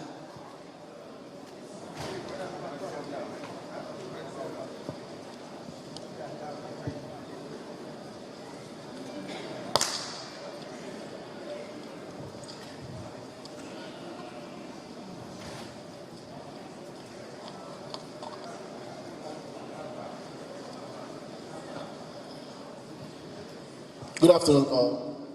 My name is Ramosele Abiodun. I am the business editor of this day newspaper. Since we're talking about technology, I want anybody in the panel to tell me how the state government can benefit from the investment in training of the youth or the Edo Tech Center and all that. What do I mean? If, for example, there's a graduate from the tech innovation centers, and such fellow ends up in San Francisco, for example, and set up a company in San Francisco, the Americans will probably benefit from such investment. So how can the government benefit from the investment in training the youth across the tech hub in the States? Do you understand my question? Are you talking about financing? I mean, in terms of how can the government benefit from the investment in youth across the state in the tech? For example, if a youth graduates from the tech center and ends up in San Francisco and set up a company there, the revenue or tax will probably go to American government. The only way they can actually get to the state is by maybe remittance to the country. So how can the government benefit from the investment in the tech centers across the state? Thank you very much. Your question talks about how Edo State government will benefit from the training of youths in the tech park. Thank you. First and foremost, the people being trained in that center are all going to be youths of Edo State mostly, who will after that get jobs, and that will reduce unemployment amongst our youths. That's one of them. The second one is that these people become globally competitive. And if you've heard about the diaspora remittances to Edo State, many of them are getting jobs, virtual jobs, and earning in foreign exchange here in Nigeria, which actually addresses a lot of diaspora inflows that will come into Edo State because they are here. So that is another benefit. But much more than that, for us as a government, it's about identifying that the youths are key to the tomorrow that we dream about. And the World Economic Forum tells us that 65% of the jobs that will exist by the year 2030 do not exist today, and they will most probably all be digital. So as a government, we are being intentional in training the youths of Edo to be part of that digital disruption globally, so that they can compete with their peers anywhere in the world and make Edo State harness from that benefit and contribute to our Making Edo Great Again agenda. Thank you very much.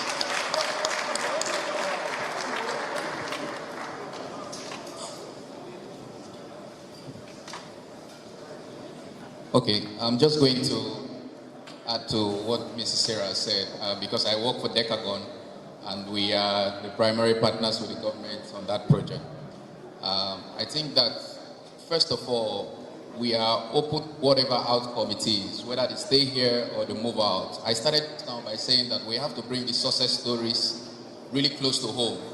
So it's better to have an Osasui who goes into the tech park, is trained, gets a job in California, and then migrates to the US, launches a startup in the next couple of years, and then is able to have an IPO in 7 years from now. It becomes a role model for other young people who are growing up here to see that it is possible, and that through the acquisition of digital skills that they can be able to unlock that kind of a value.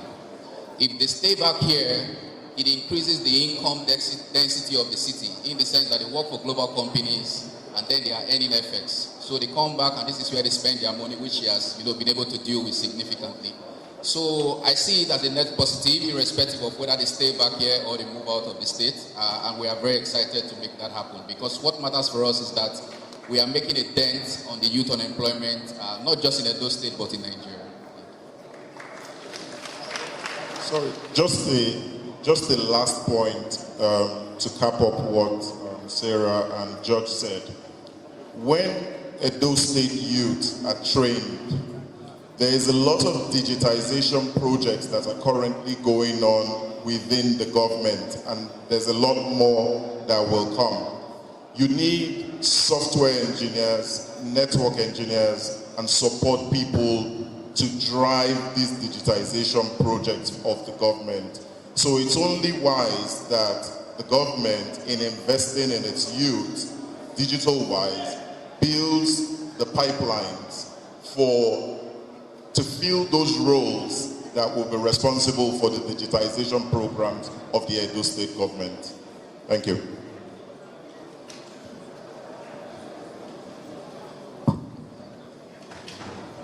We have time for one more question. You can just give them the mic. Come and see.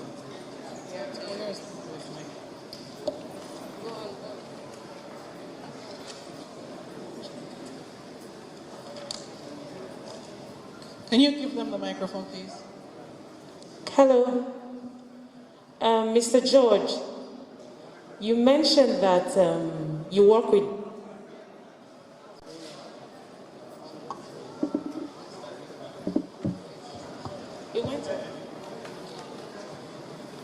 You mentioned that you work with Decagon. I just wanted to know what exactly the Edo State government is doing with Decagon.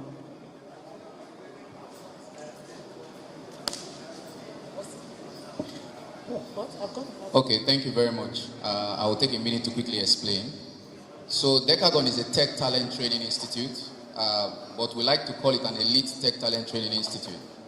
Yesterday, I was having a chat with someone, and he shared with me that while we're looking at 15,000 for the numbers that we're setting out to train in the next 5 years, it's really because the way we are designed is for very high impact on a per individual basis. What it means is that typical human empowerment projects would skill you up and then give you a job that pays you maybe just a bit above minimum wage.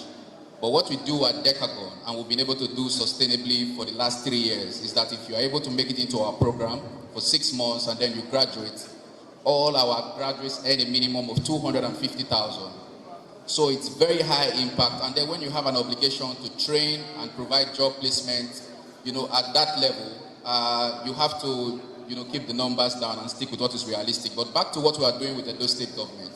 The Edo State government, through all the initiatives that the governor has outlined today, is looking to see how it can be able to develop a tech ecosystem within the city.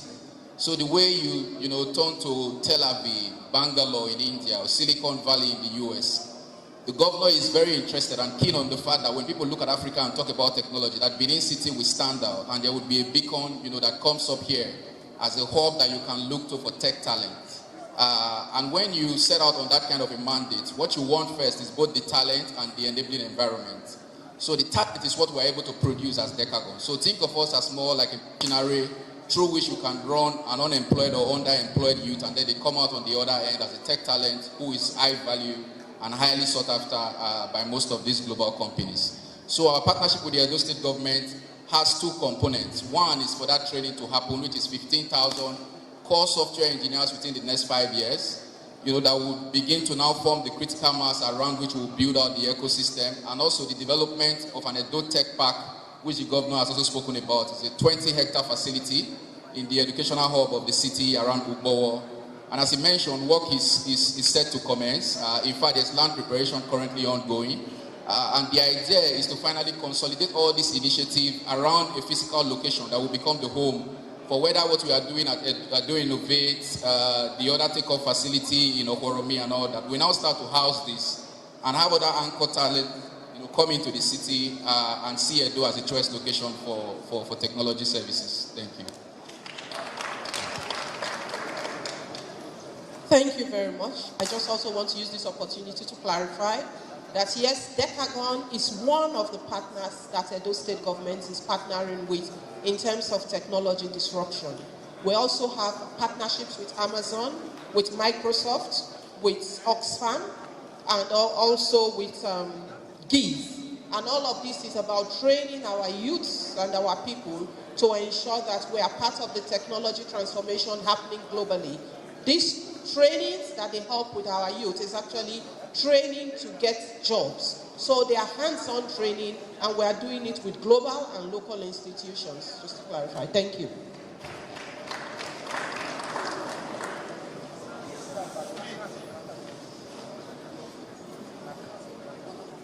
So we have a comment from one of our partners with the Edo Innovate Park, Aya from Udacity, who, if you were at the gala dinner 2 days ago, you would have met. She's going to speak for 1 minute about the partnership with the Edo State government. Hello. Thank you very much. Can you see me? My name is Aya Shasha. It's been a pleasure to be here in Benin City over the last few days. We've officially launched a partnership with the Edo State government through Edo Jobs and Edo Innovates. And we are partnering to upskill 1,000 learners in technology. And we will be focusing on outcomes such as digital work and digital freelancing to enable financial inclusion and growth.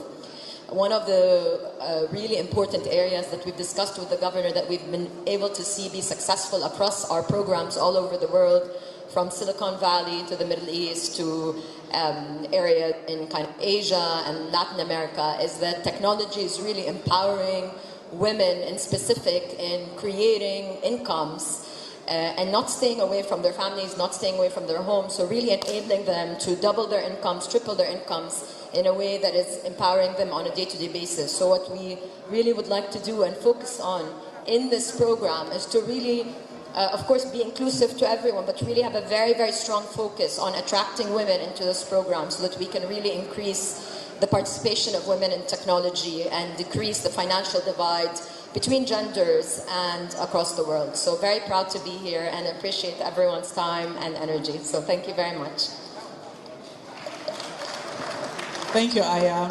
So we're now going to wrap up. What I'll do is ask each of the panelists to please share your 1 or 2 last closing thoughts, something that we can really take away from this summit and something that we can really use to think about how to build our digital economy.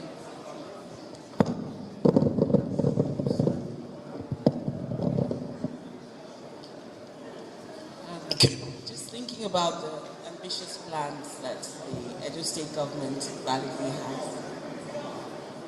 I hear myself. Just thinking about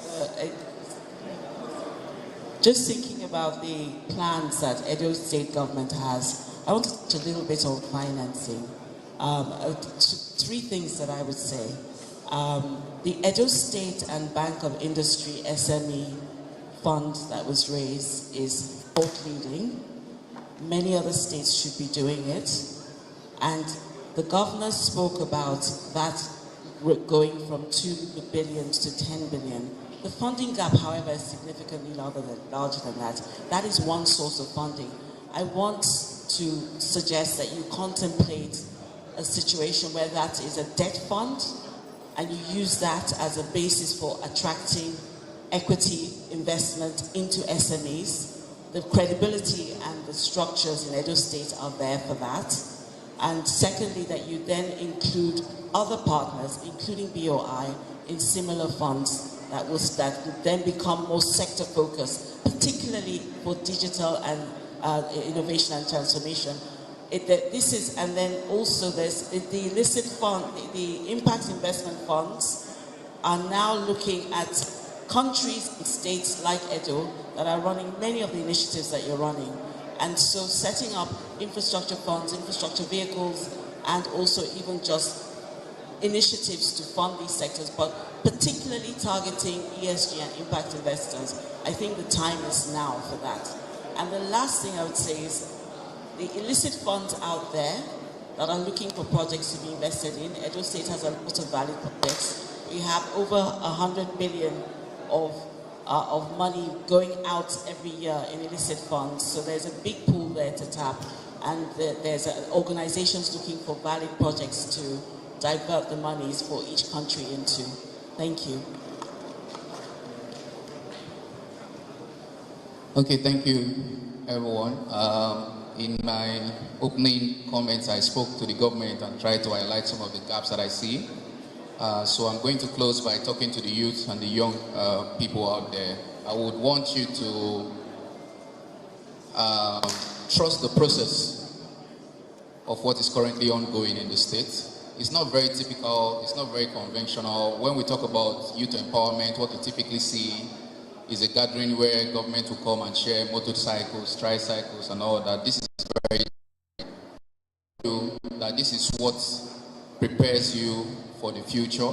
The jobs of tomorrow are going to be very different. If you lack digital skills, it is that you are going to be even less employable in the future. So, to as much as possible, find a way to get yourself involved. If you are interested in what we are doing, you can go to edotechpark.com/training and then fill out the form. We'll receive your details immediately, send you a follow-on email with instructions on how to proceed. It's instant. And if you make it, you get into the program, you don't pay a fee. You know, the central bank and other financing partners have now been able to set up a fund to support students through this program. You can also walk up to any Edo Innovate office that is closest to you and find a way that you can get involved in the different digital training that they have as a way to upskill yourself. So I want to say thank you very much, Aida, for the opportunity, and also Your Excellency and everyone here present. Thanks.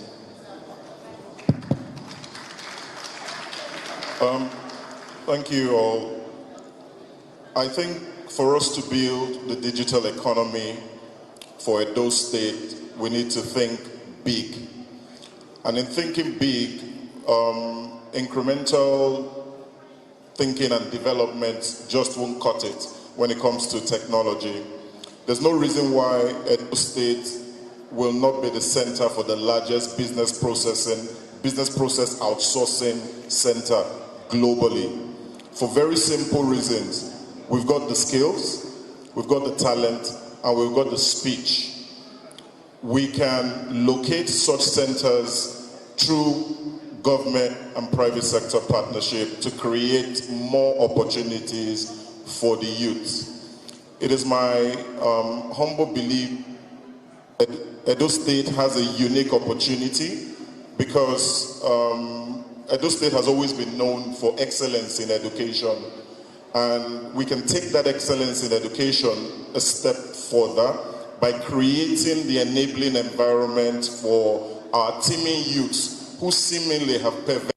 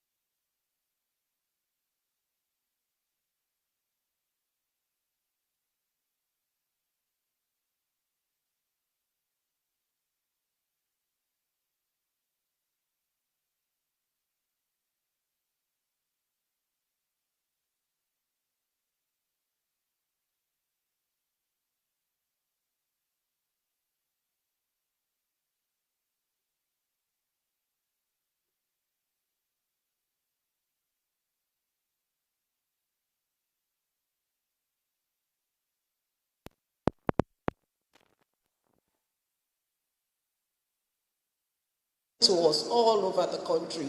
As many of us that are listening to us all across the world, plug into this train because this train is going somewhere.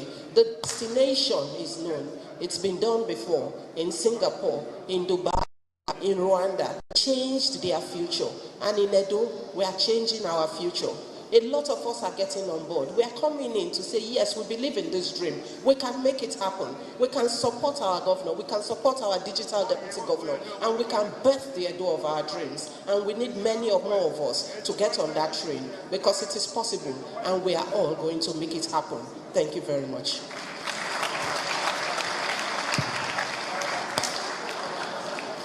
All right. Thank you, everyone. I believe that technology and innovation is the paradigm shift that's needed in the agriculture sector to position Edo State on the continent of Africa on a pedestal to play on the global scene. And I'm quite happy today to hear a lot about dreams, dream big, and also the slogan "Make Edo great again." I think that's one of the first important steps. And it's a right step in the right direction for our youths to start thinking instead of complaining and expect the government to come up with solutions. Let's start looking at problems within our communities and start creating solutions to these problems. I think, and I'm also quite happy to hear that there's a lot of partnerships with organizations like Decagon, Amazon, Microsoft, and the others you've mentioned, which would sort of start changing the mindsets of our youths and making them start seeing possibilities within their environments and surroundings. Thank you. Thank you. Thank you so much, Yvonne, George, Chris, Sarah, Asiwa. Thank you to the audience. Thank you for your questions and your attention. Thank you very much. Thank you, Ida and her panel. Can we give them a round of applause? They're just on time. Yes. Excuse me, can you just come back? I'm sorry. We need to do a photograph. Photo opportunities. I'm so sorry. Everybody gets together. While that is going on, as we applaud them, if you're on the stage or down, where do you want it? Right here. I'm so sorry. They do this to us all the time, the paparazzi. So just stay. Ms. Yvonne says, develop the startups. Mr. George says, trust the process. Mr. Osazua Osai says, change the mindset of our youth. Ms. Sarah Ajose Adogun says, plug into the dream. Government can't do it alone. And Mr. Chris Abulime says, Edo State can become the international hub because we have the speed, we have the talent, and we have the speech. There's something about Edo indigenes. Our language is unique. Our English is impeccable. And we can take the world by something big. Speed, talent, and speech. Thank you very much to the powerful team. Thank you for coming. And we appreciate you. I'd like to advise that everybody remains seated. Refreshments will be sent across. Ida, is that yours? Oh, okay. Thank you very much. And I know that, if you look at the program, you would see the profile of everyone that has been speaking to you. So Ida works for the World Bank Group. She's the Senior Digital Development Global Practice. So if her spree was a little too much, we pardon her. A round of applause for the team, and thank you for supporting Edo State and dreaming with us. The second set, they're ready. We have 2 plenaries. So the second set are ready, and they're ready to go. I'm going to invite the moderator to come and take over. They're ready. Ms. Yewande Adewusi is the Regional Director of Africa for BBC Global News. A round of applause, please, as she comes forward to welcome her people. Thank you so much.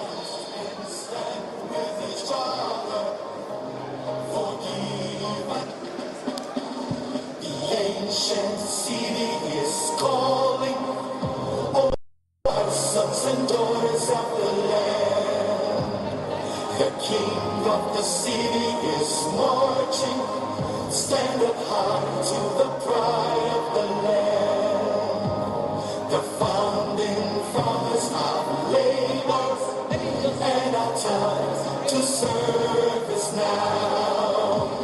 The glory of the new Edo nation will forever be.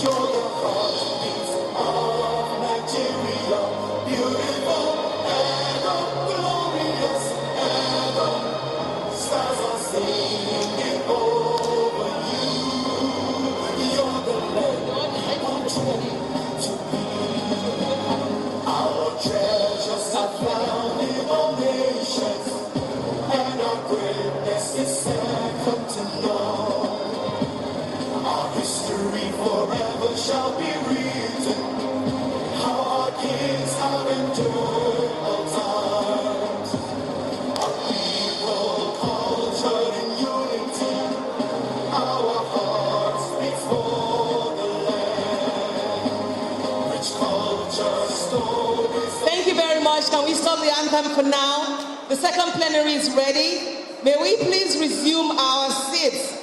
It's all about keying into the dream, and if we don't listen to perspectives that would help us plan, we won't go forward. So we are ready to roll. Can we all please take our seats? Thank you so much. Can we all please take our seats?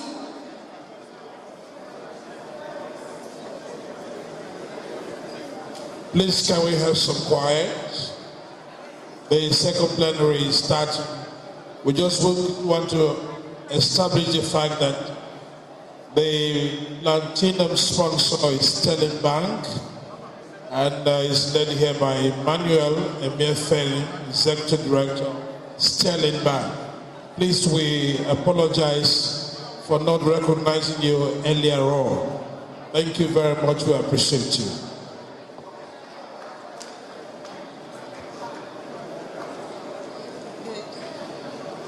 Good afternoon, everyone. Your Excellency, all the distinguished guests, permit me to stand on existing protocol this afternoon. My name is Yewande Ogogo. Let my grandfather not come down and whip me this afternoon.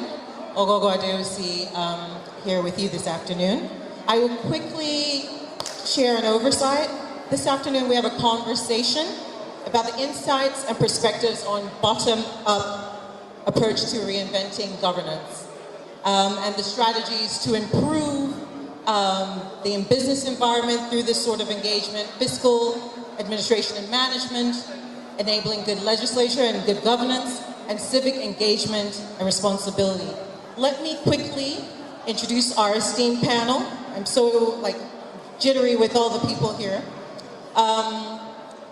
First, let me start with Reverend David Ugalo, Executive Director, African Network for Environment and Economic Justice, who has been active over 2 decades in promoting good governance and anti-corruption work through his research, policy dialogue, education, advocacy, and is a leading NGO in Benin City. He has recently been appointed to the board of the United Nations Convention Against Corruption. Good afternoon, sir. Next, I move on to Dr. Jumoke Oduole, Special Advisor to the President on the Ease of Doing Business.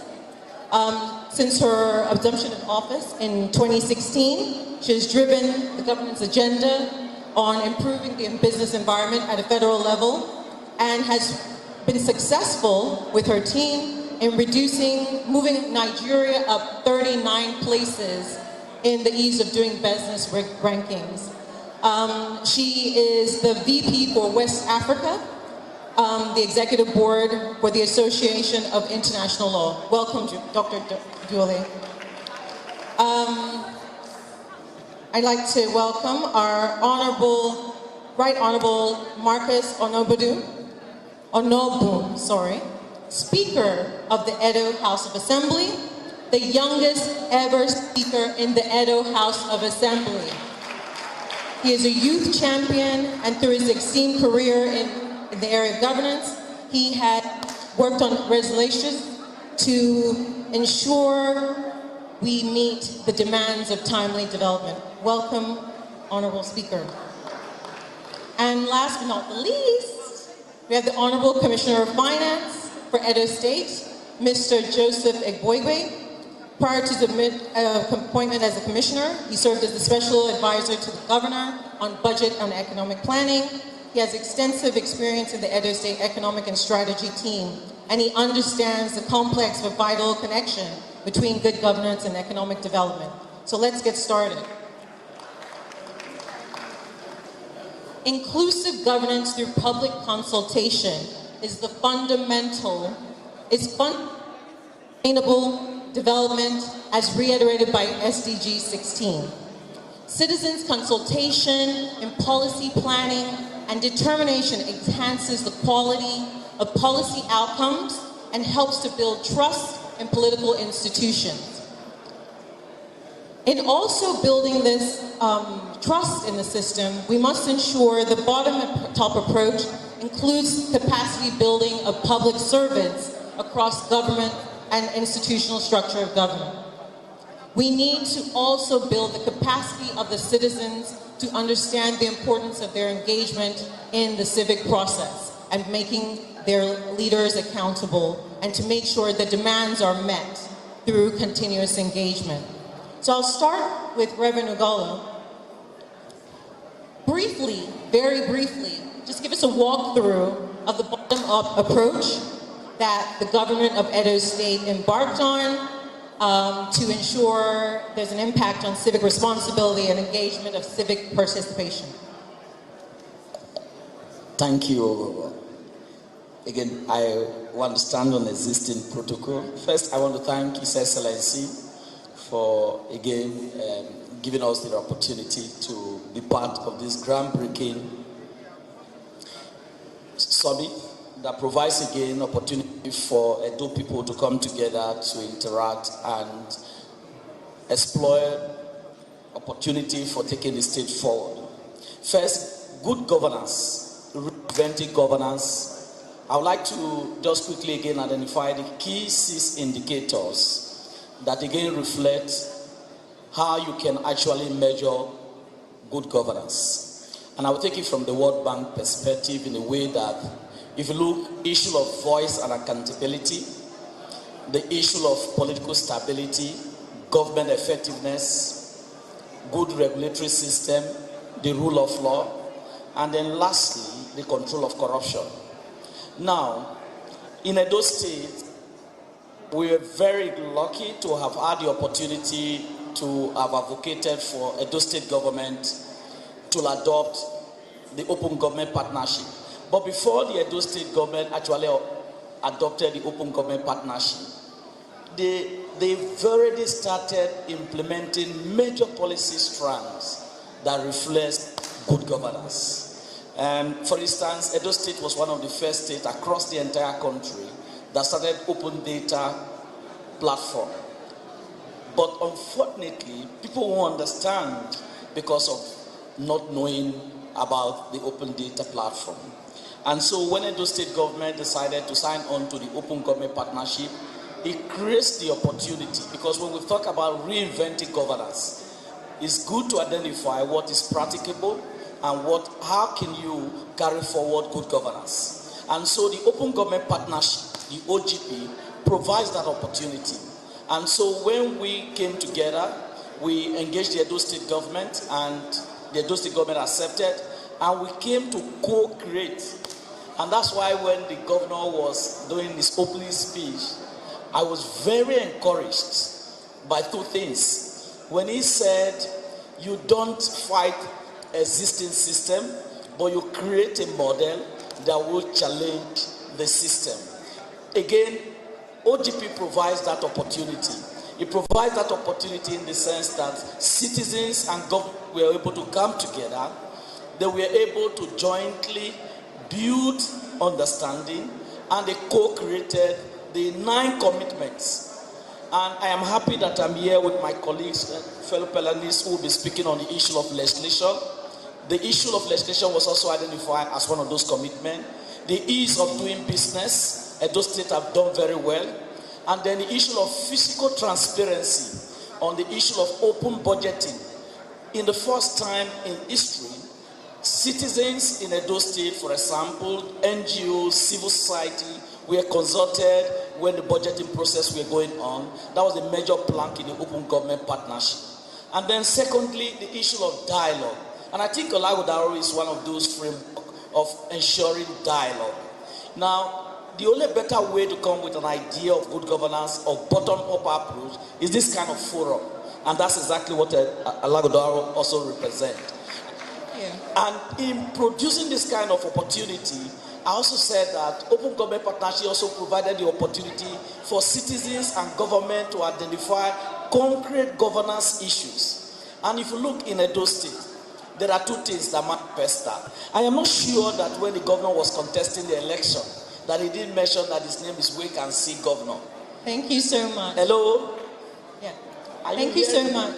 Thank you so much. Let's just give the other opportunity of the panelists to come back. Exactly. So we've heard about open government partnerships and how that produces trust because of the co-creation of the plan together with the citizenry. So I'm going to move to our honorable speaker. Legislative activism is the legislative activism for representative governance is the hallmark of the bottom-up approach. How, in your legislative constituent relationship, are you building that trust to meet the demands of development, to make sure whatever you're saying you're going to do, you're taking it from the bottom to the top in creating those bills and policies? Reinventing governance, the bottom-up approach.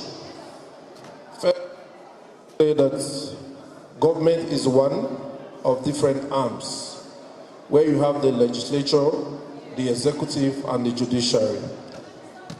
As a legislature, our main responsibility and functions are making laws for the good governance of the states, carrying out oversight, and of course, representing our people.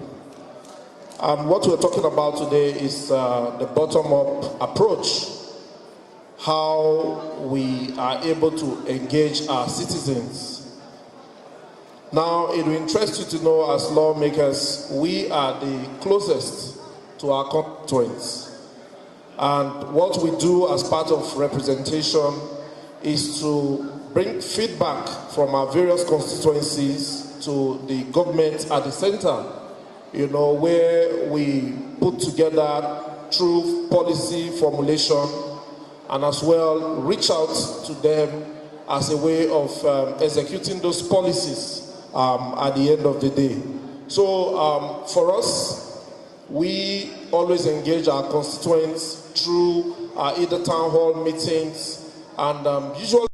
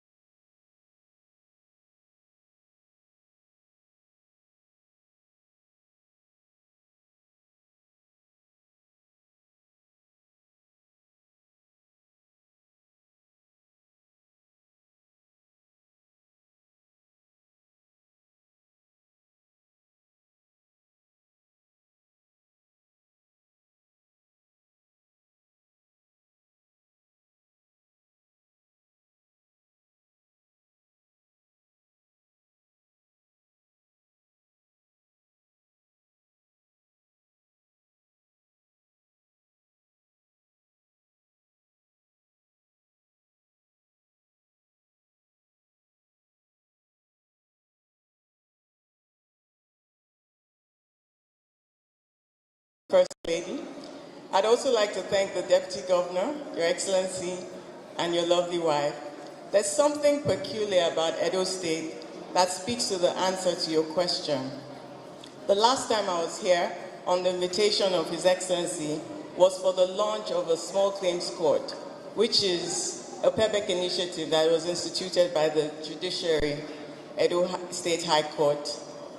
In that event, both the governor, the deputy governor were there, the speaker was there, of course the chief judge was there. Today we see each of the distinguished senators and various members of Edo State government.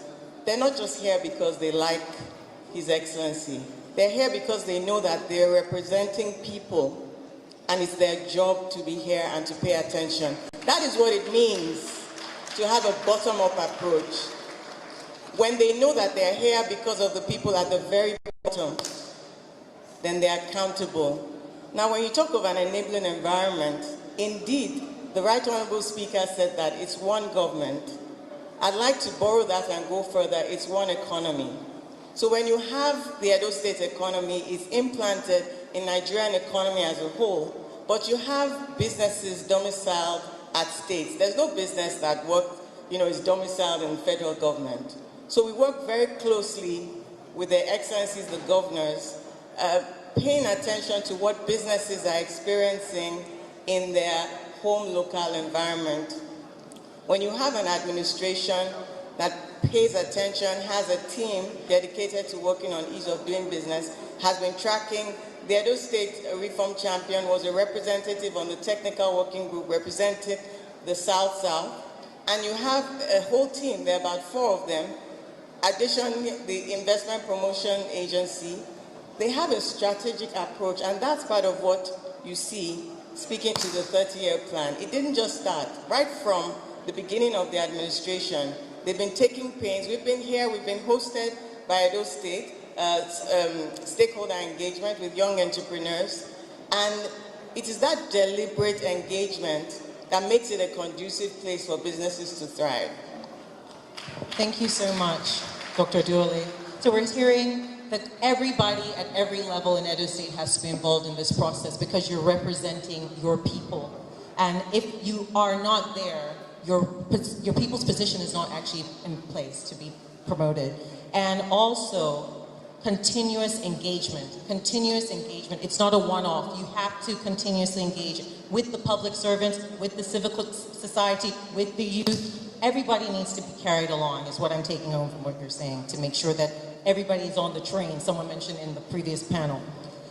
Honorable Commissioner, the Public Financial Management and Fiscal Responsibility Act, I will not say that again, the PFMFR, sets out the standards for more efficient and effective management of revenues at all states.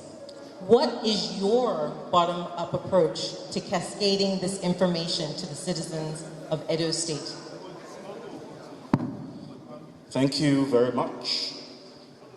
So in Edo State, the bottom-up approach in fiscal management starts right at the very beginning when the governor goes out to campaign. Now, those interactions are crafted into the manifesto, first and foremost. And ultimately, they are mainstreamed into the state's medium-term sector strategy. Through this process, we establish priority initiatives for implementation, and then we rank. Take the top 20-30% initiatives that will deliver 60-80% socioeconomic development needs.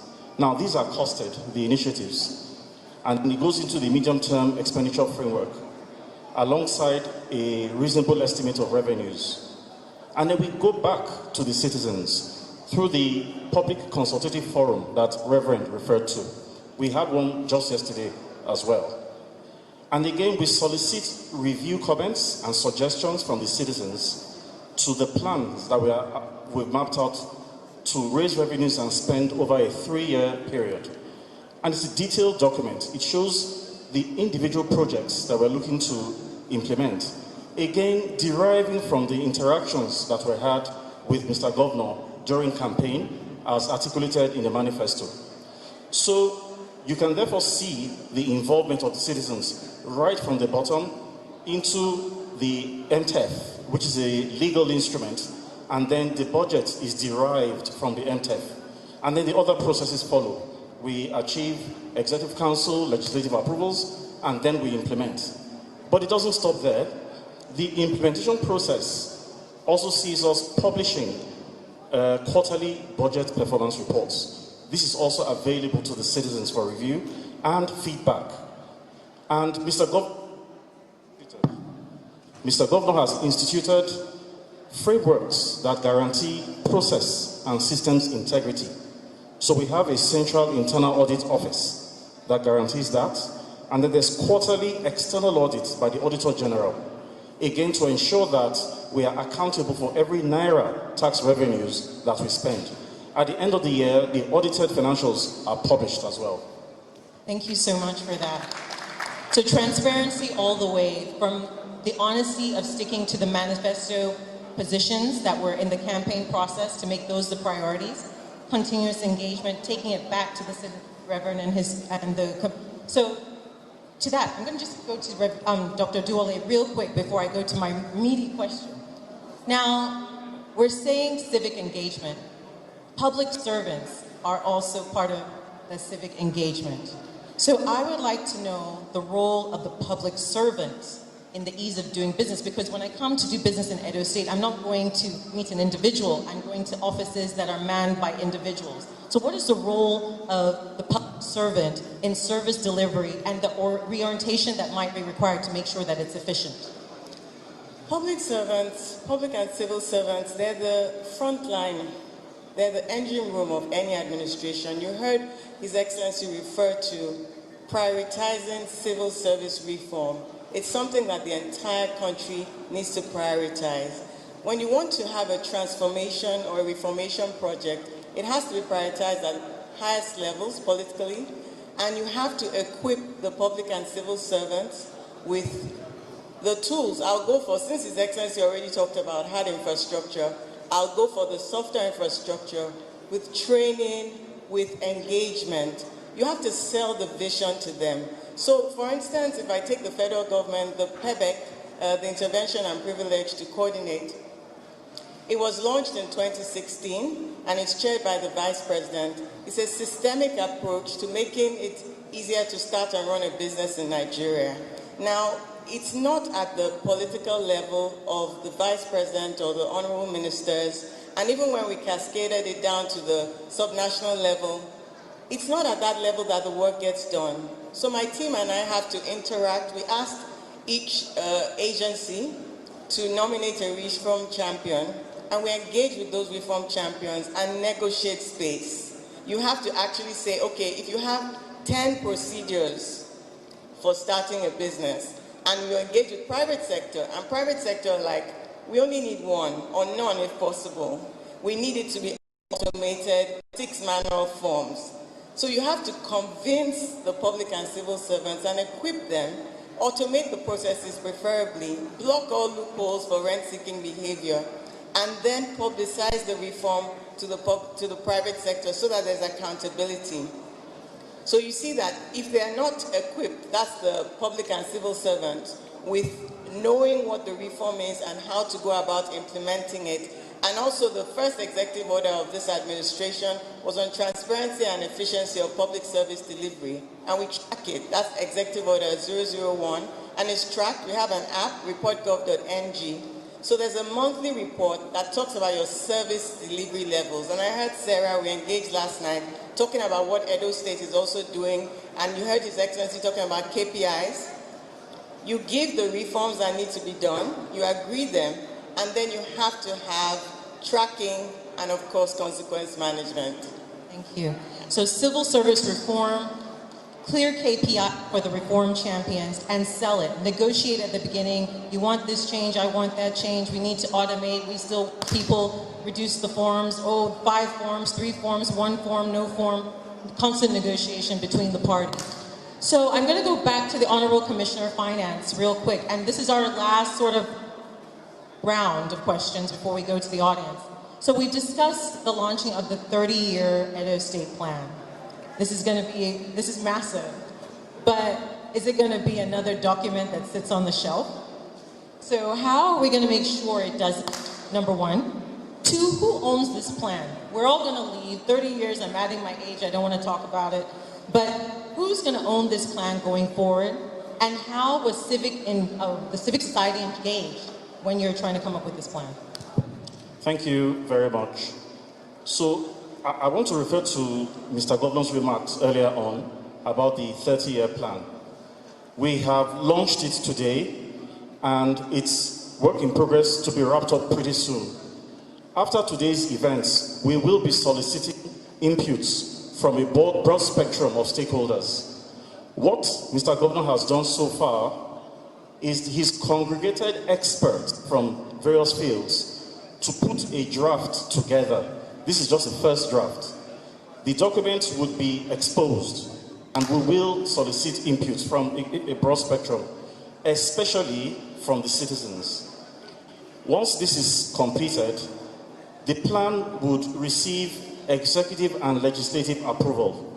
And so it is not seen as a document that was prepared by Governor Obaseki or some other individual. It becomes a state document and the basis for putting out medium-term plans going forward. Now, good enough, we have established a practice right now for medium-term planning and establishing our annual budgets from our medium-term plans. So because of that practice, the 30-year plan is broken into chunks of 5 years. And so that fits perfectly into the already established practice of planning for the medium term and implementing on an annual basis, and also revising the medium-term plan. So we have that active iteration going on. So it's not a document that will sit in the shelf. It's also going to be used. I picked something up from Mr. Governor's speech earlier on, that the duration of the plan neatly fits into some 8 election cycles. So what we envisage would be candidates that want to run for governorship would refer to that 30-year plan and tell the citizens that, okay, the first term that I want to govern, see what the plan says. And this is how I'm going to deliver on those results contained in the plan. The citizens would hold that individual responsible for that delivery when he enters office. That's what we're likely going to see going forward. Thank you.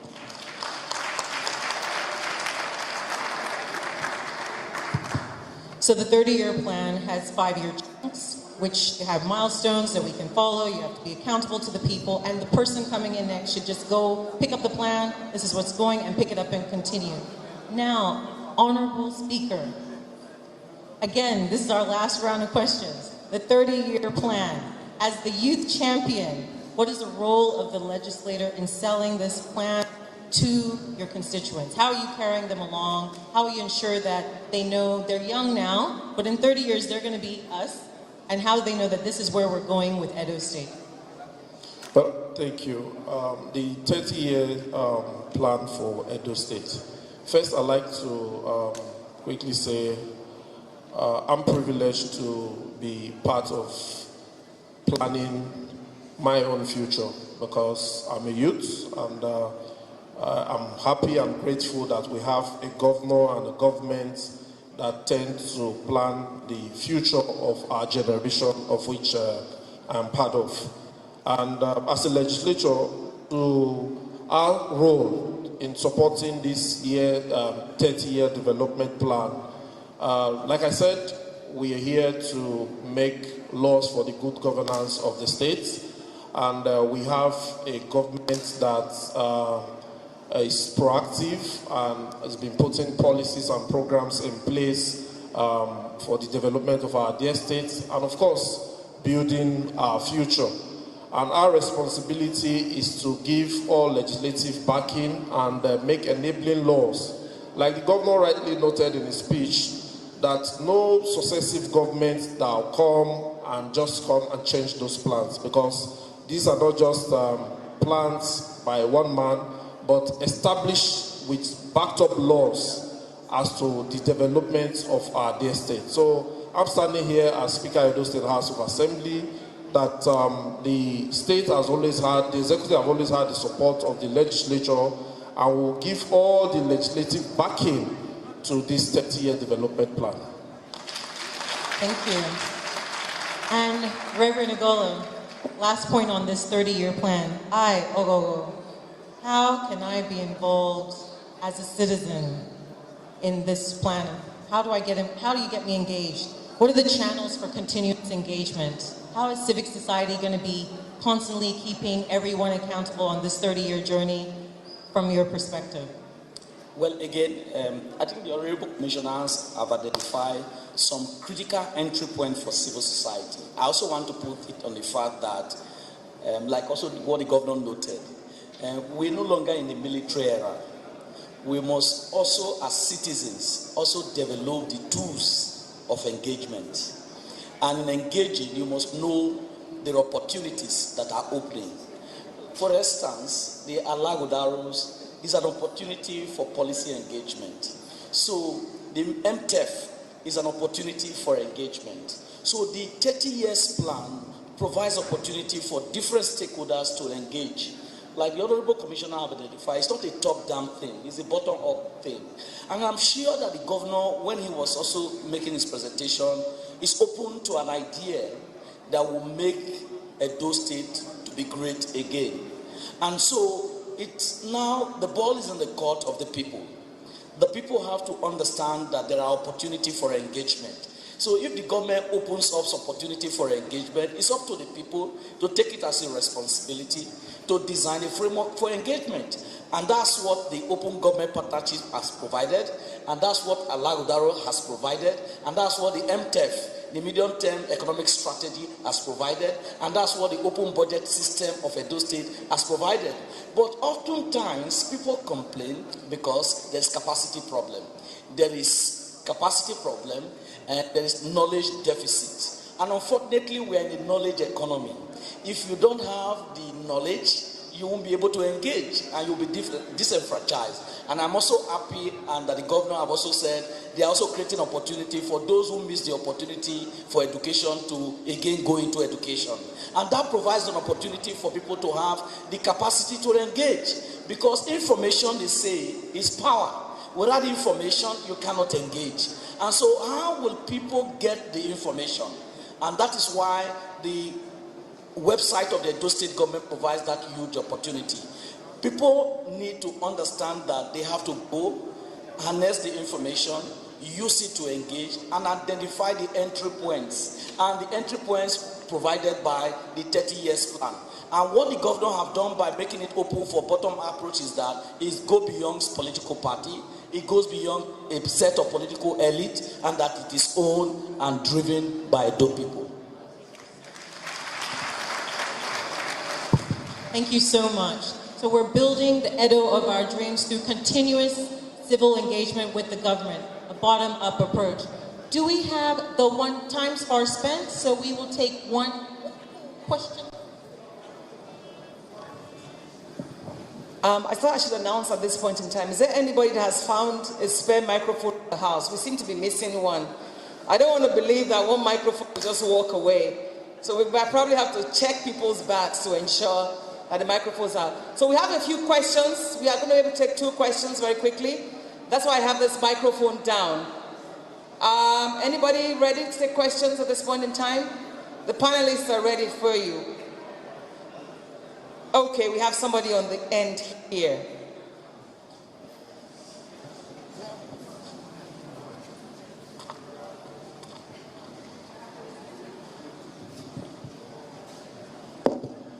Good afternoon. My name is Timothy Osadolo. I want to put my own in a more or less like a form of advice to our young and very charismatic speaker.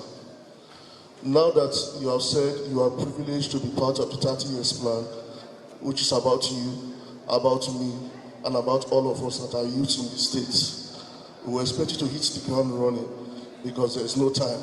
Seeing the effort that this government has put in place and the funds that have been made available, especially for the projects that have been enumerated that is currently ongoing, I would think that the legislative framework to guide all of this and see to it should be topmost priority for the assembly which you currently lead. Going forward, I also wanted to speak in the last section of these sessions. The information guys and the Take Gun people, the partnership they have with the government, I think there should be a legislative framework to see to it that when this government goes, it can be made sustainable and no other government can derail on it. Thank you very much. That was basically a comment, but you might want to respond to it. But can we just restrict to questions? And I have a lot of diasporans in the house as well, so I'm going to take one from diasporans, and I have somebody at the back. So kindly respond, our honorable speaker, to what he said. Yes, if I heard it.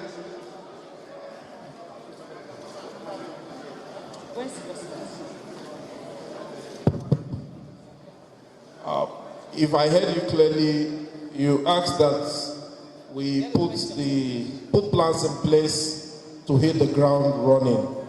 Like I mentioned earlier, that I promise right here, because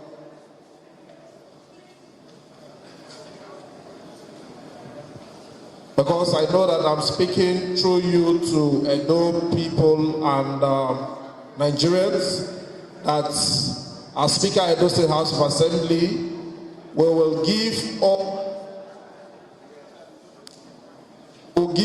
legislative support.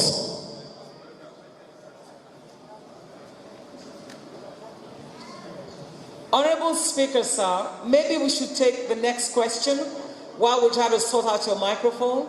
We'll take the 2 questions and I'll bring this microphone over very quickly, sir. All right, good afternoon, everyone. My name is Shedrack Edo. I'm the Public Relations Officer to National Council of Nigeria, Edo State. My question is to the Honorable Commissioner. You mentioned while speaking, sir, that there's a draft, the draft of the 30-year plan. I'm wondering how we can lay our hands on it, please. Thank you very much. I want to believe that the Commissioner also spoke about a website. So I'm going to respond. Anybody here, somebody here wanted to ask a question? Okay, ma'am. Okay. Just a quick one. Well, I just started your microphone, sir. Sorry, take this. Hello. Good afternoon, everybody. I'm Mrs. Ibenake, Edo Diaspora Women. Sir, the last question, your last statement, you talk about engagement. So most of the diaspora women were professionals, educators, engineers, and doctors and everything. So as an educator, I want to know how you can create accessibility to be able to get the right person to talk to when you want to be involved in promoting this in your state. Okay, one question was about, it's about getting involved, who to see, and the other question was around the area of getting information about that draft. So I don't know if your microphone is working now, so I can send this one over.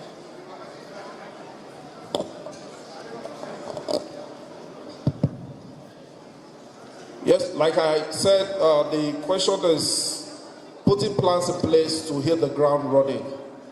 I'm reiterating and making this commitment through you to Edo people and Nigerians at large that the Edo State Legislature will support His Excellency Governor Godwin Oregase Obaseki in putting the enabling laws in place and the legislative backing to this 30 years development plan and all that it requires to see that, for some of us who are privileged and the younger generation who will be part of this 30 years development plan, and they see that it comes to fruition. So just to tell you that as a reason of this commitment that I've made publicly, this 30-year development plan has hit the ground running.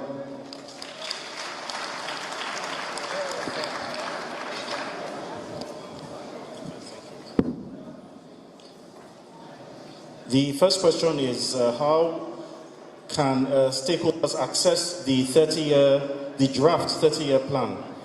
So there's a project development team that's responsible for the 30-year plan, and right now they are working out a timetable for stakeholder engagement.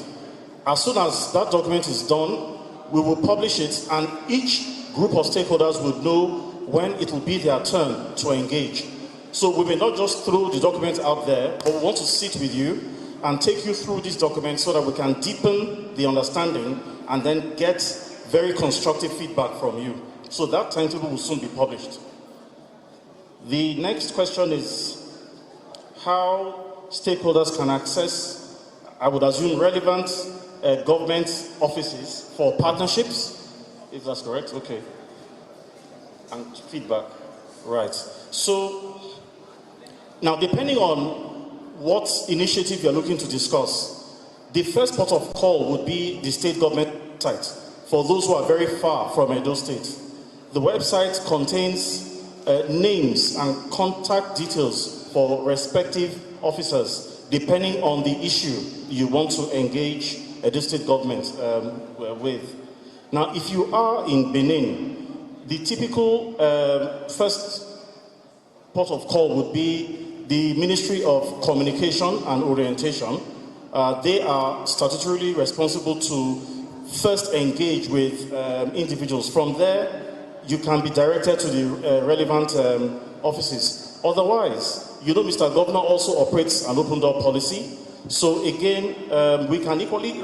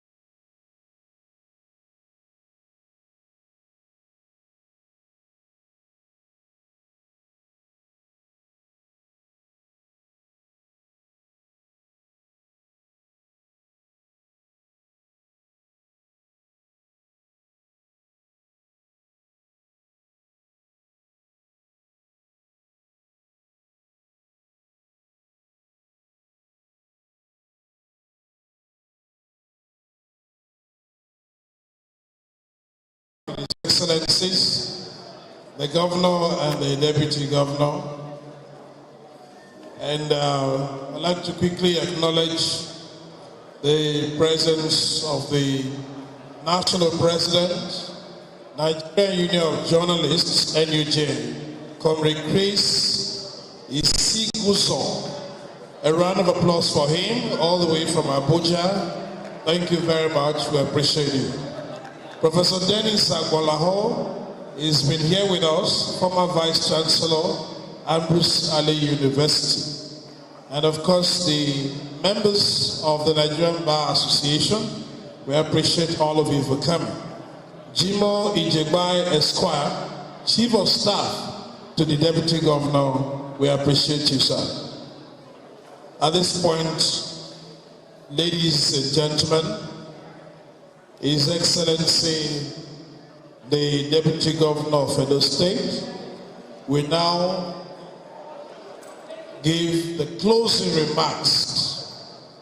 His Excellency, please can we put our hands together for Right Honorable Comrade Philip Shaibu for the closing remarks, and after which the Secretary to the State Government, Usarudioge, will be moving a vote of thanks on behalf of Edo State Government and on behalf of Alaghodaro, the Edo Summit. Thank you very much. You're welcome. Sons and daughters of the land, the king of the city is marching. Stand up high to the pride of the land. The founding fathers of labor and our time. Hello.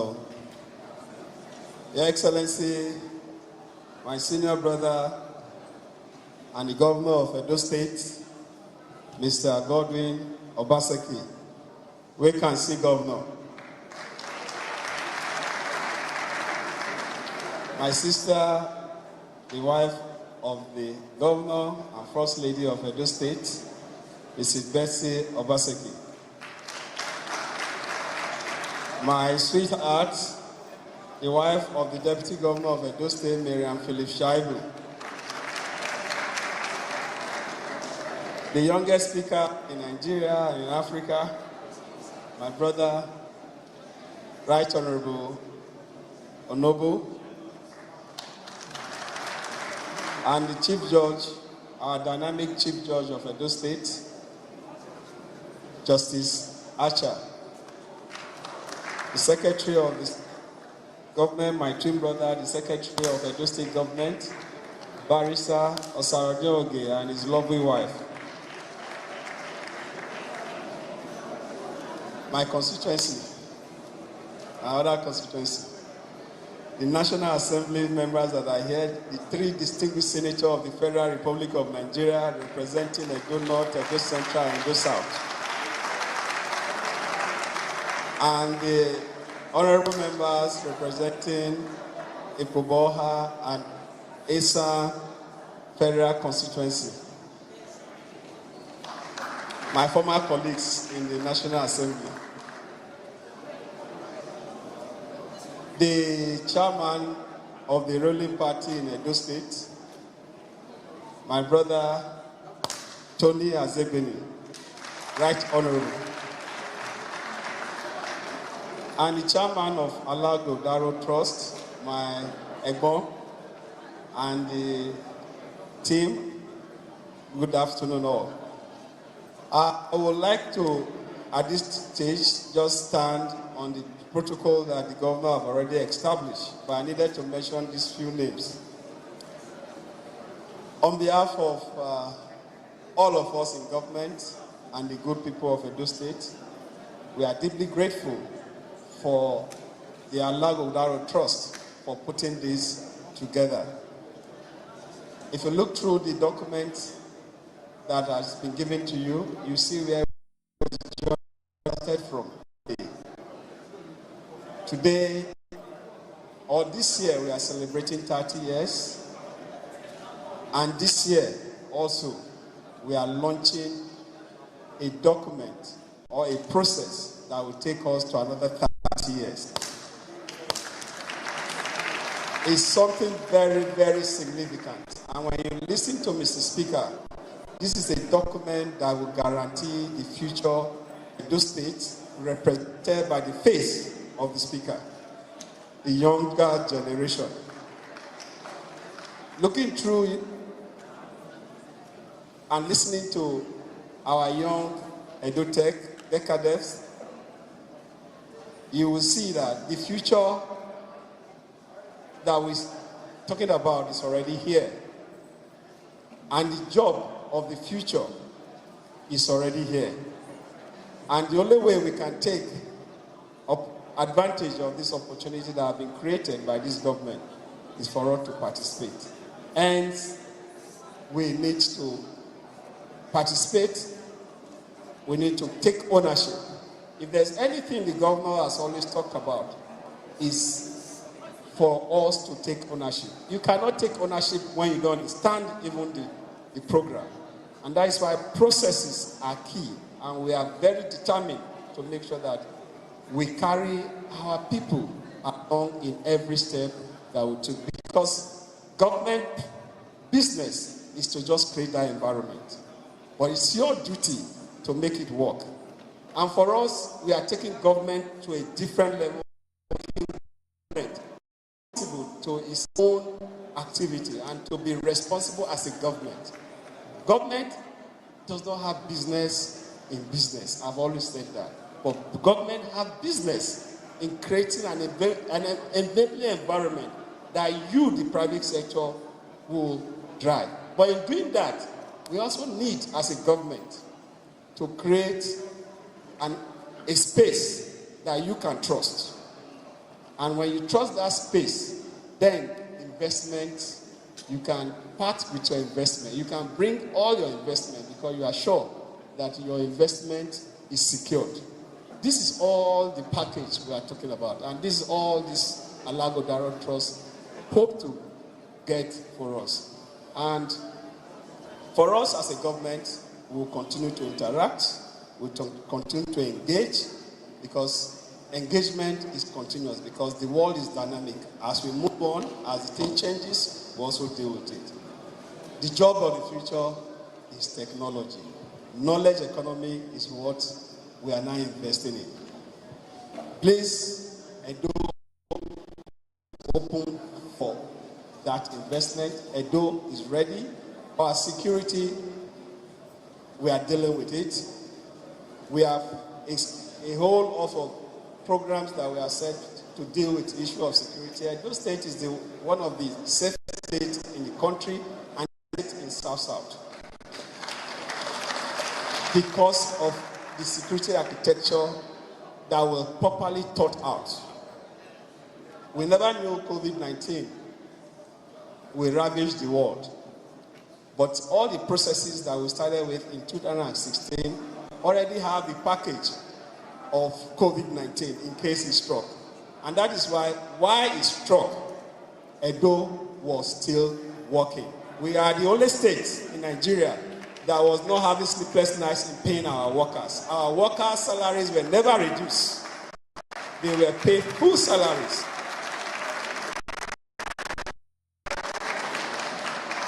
For us, salary should not be what government should be lamenting on.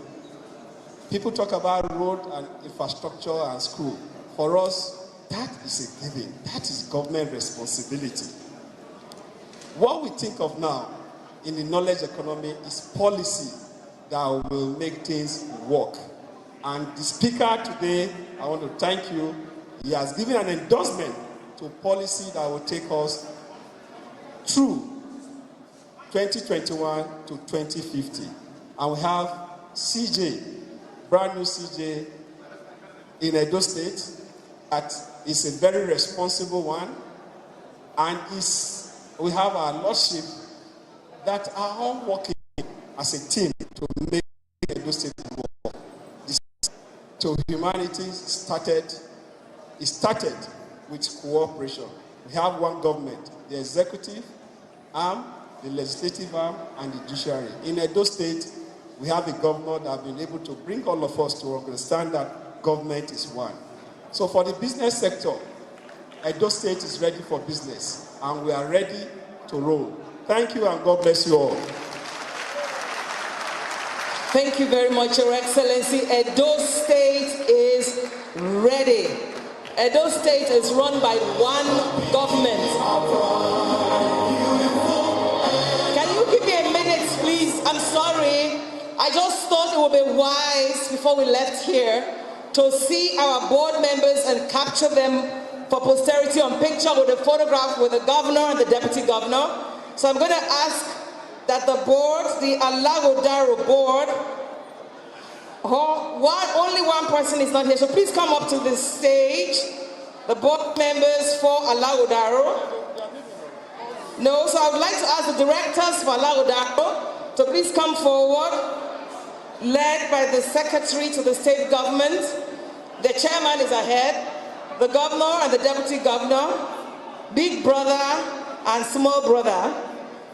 Yes, Mr. Osaudion Ogie, Mr. Oluwole Iyamu, Mr. Emmanuel Ikazabo, Mr. Anthony Okungu, Mrs. Zuma Oyempa, Mrs. Omojafo is not here present, she was here last night, Ms. Otayi Alile, and Ms. Onoise Narino. Onoise has been busy on the floor.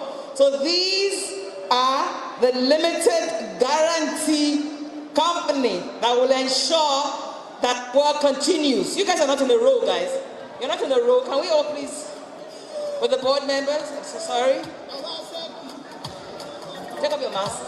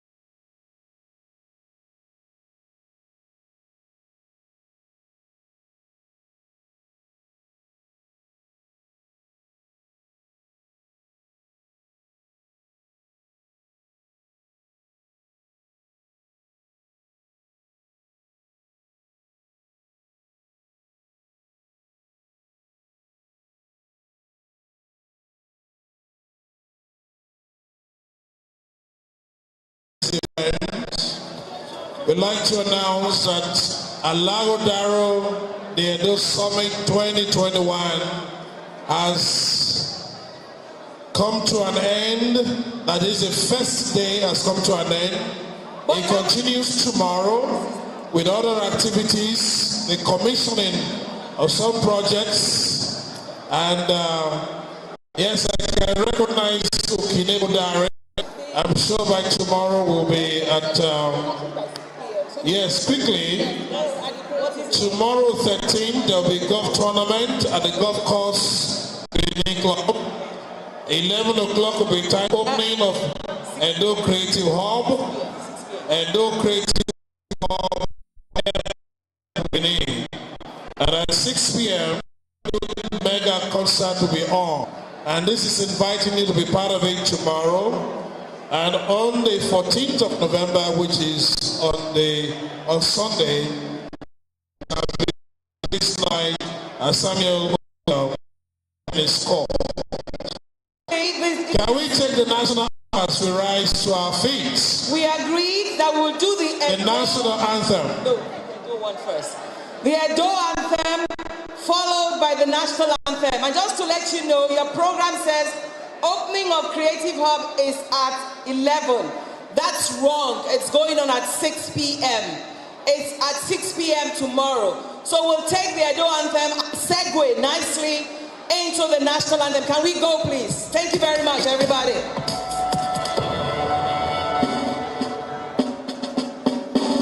The ancient city is calling. All arise, sons and daughters of the land. The king of the city is marching. Stand up high to the pride of the land. The founding fathers of labor and our time to serve is now. The glory of the new nation will forever be our pride. Beautiful and glorious and you're the heartbeat of Nigeria. Beautiful and glorious and stars are singing over you. You're the land people dream to be.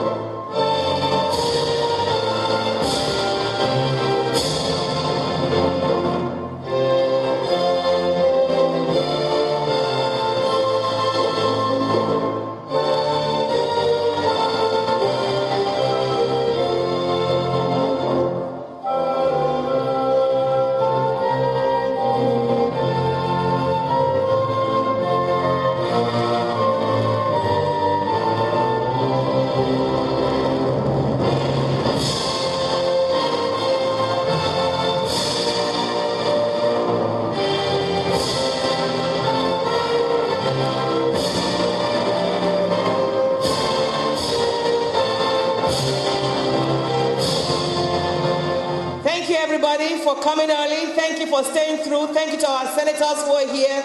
Thank you for the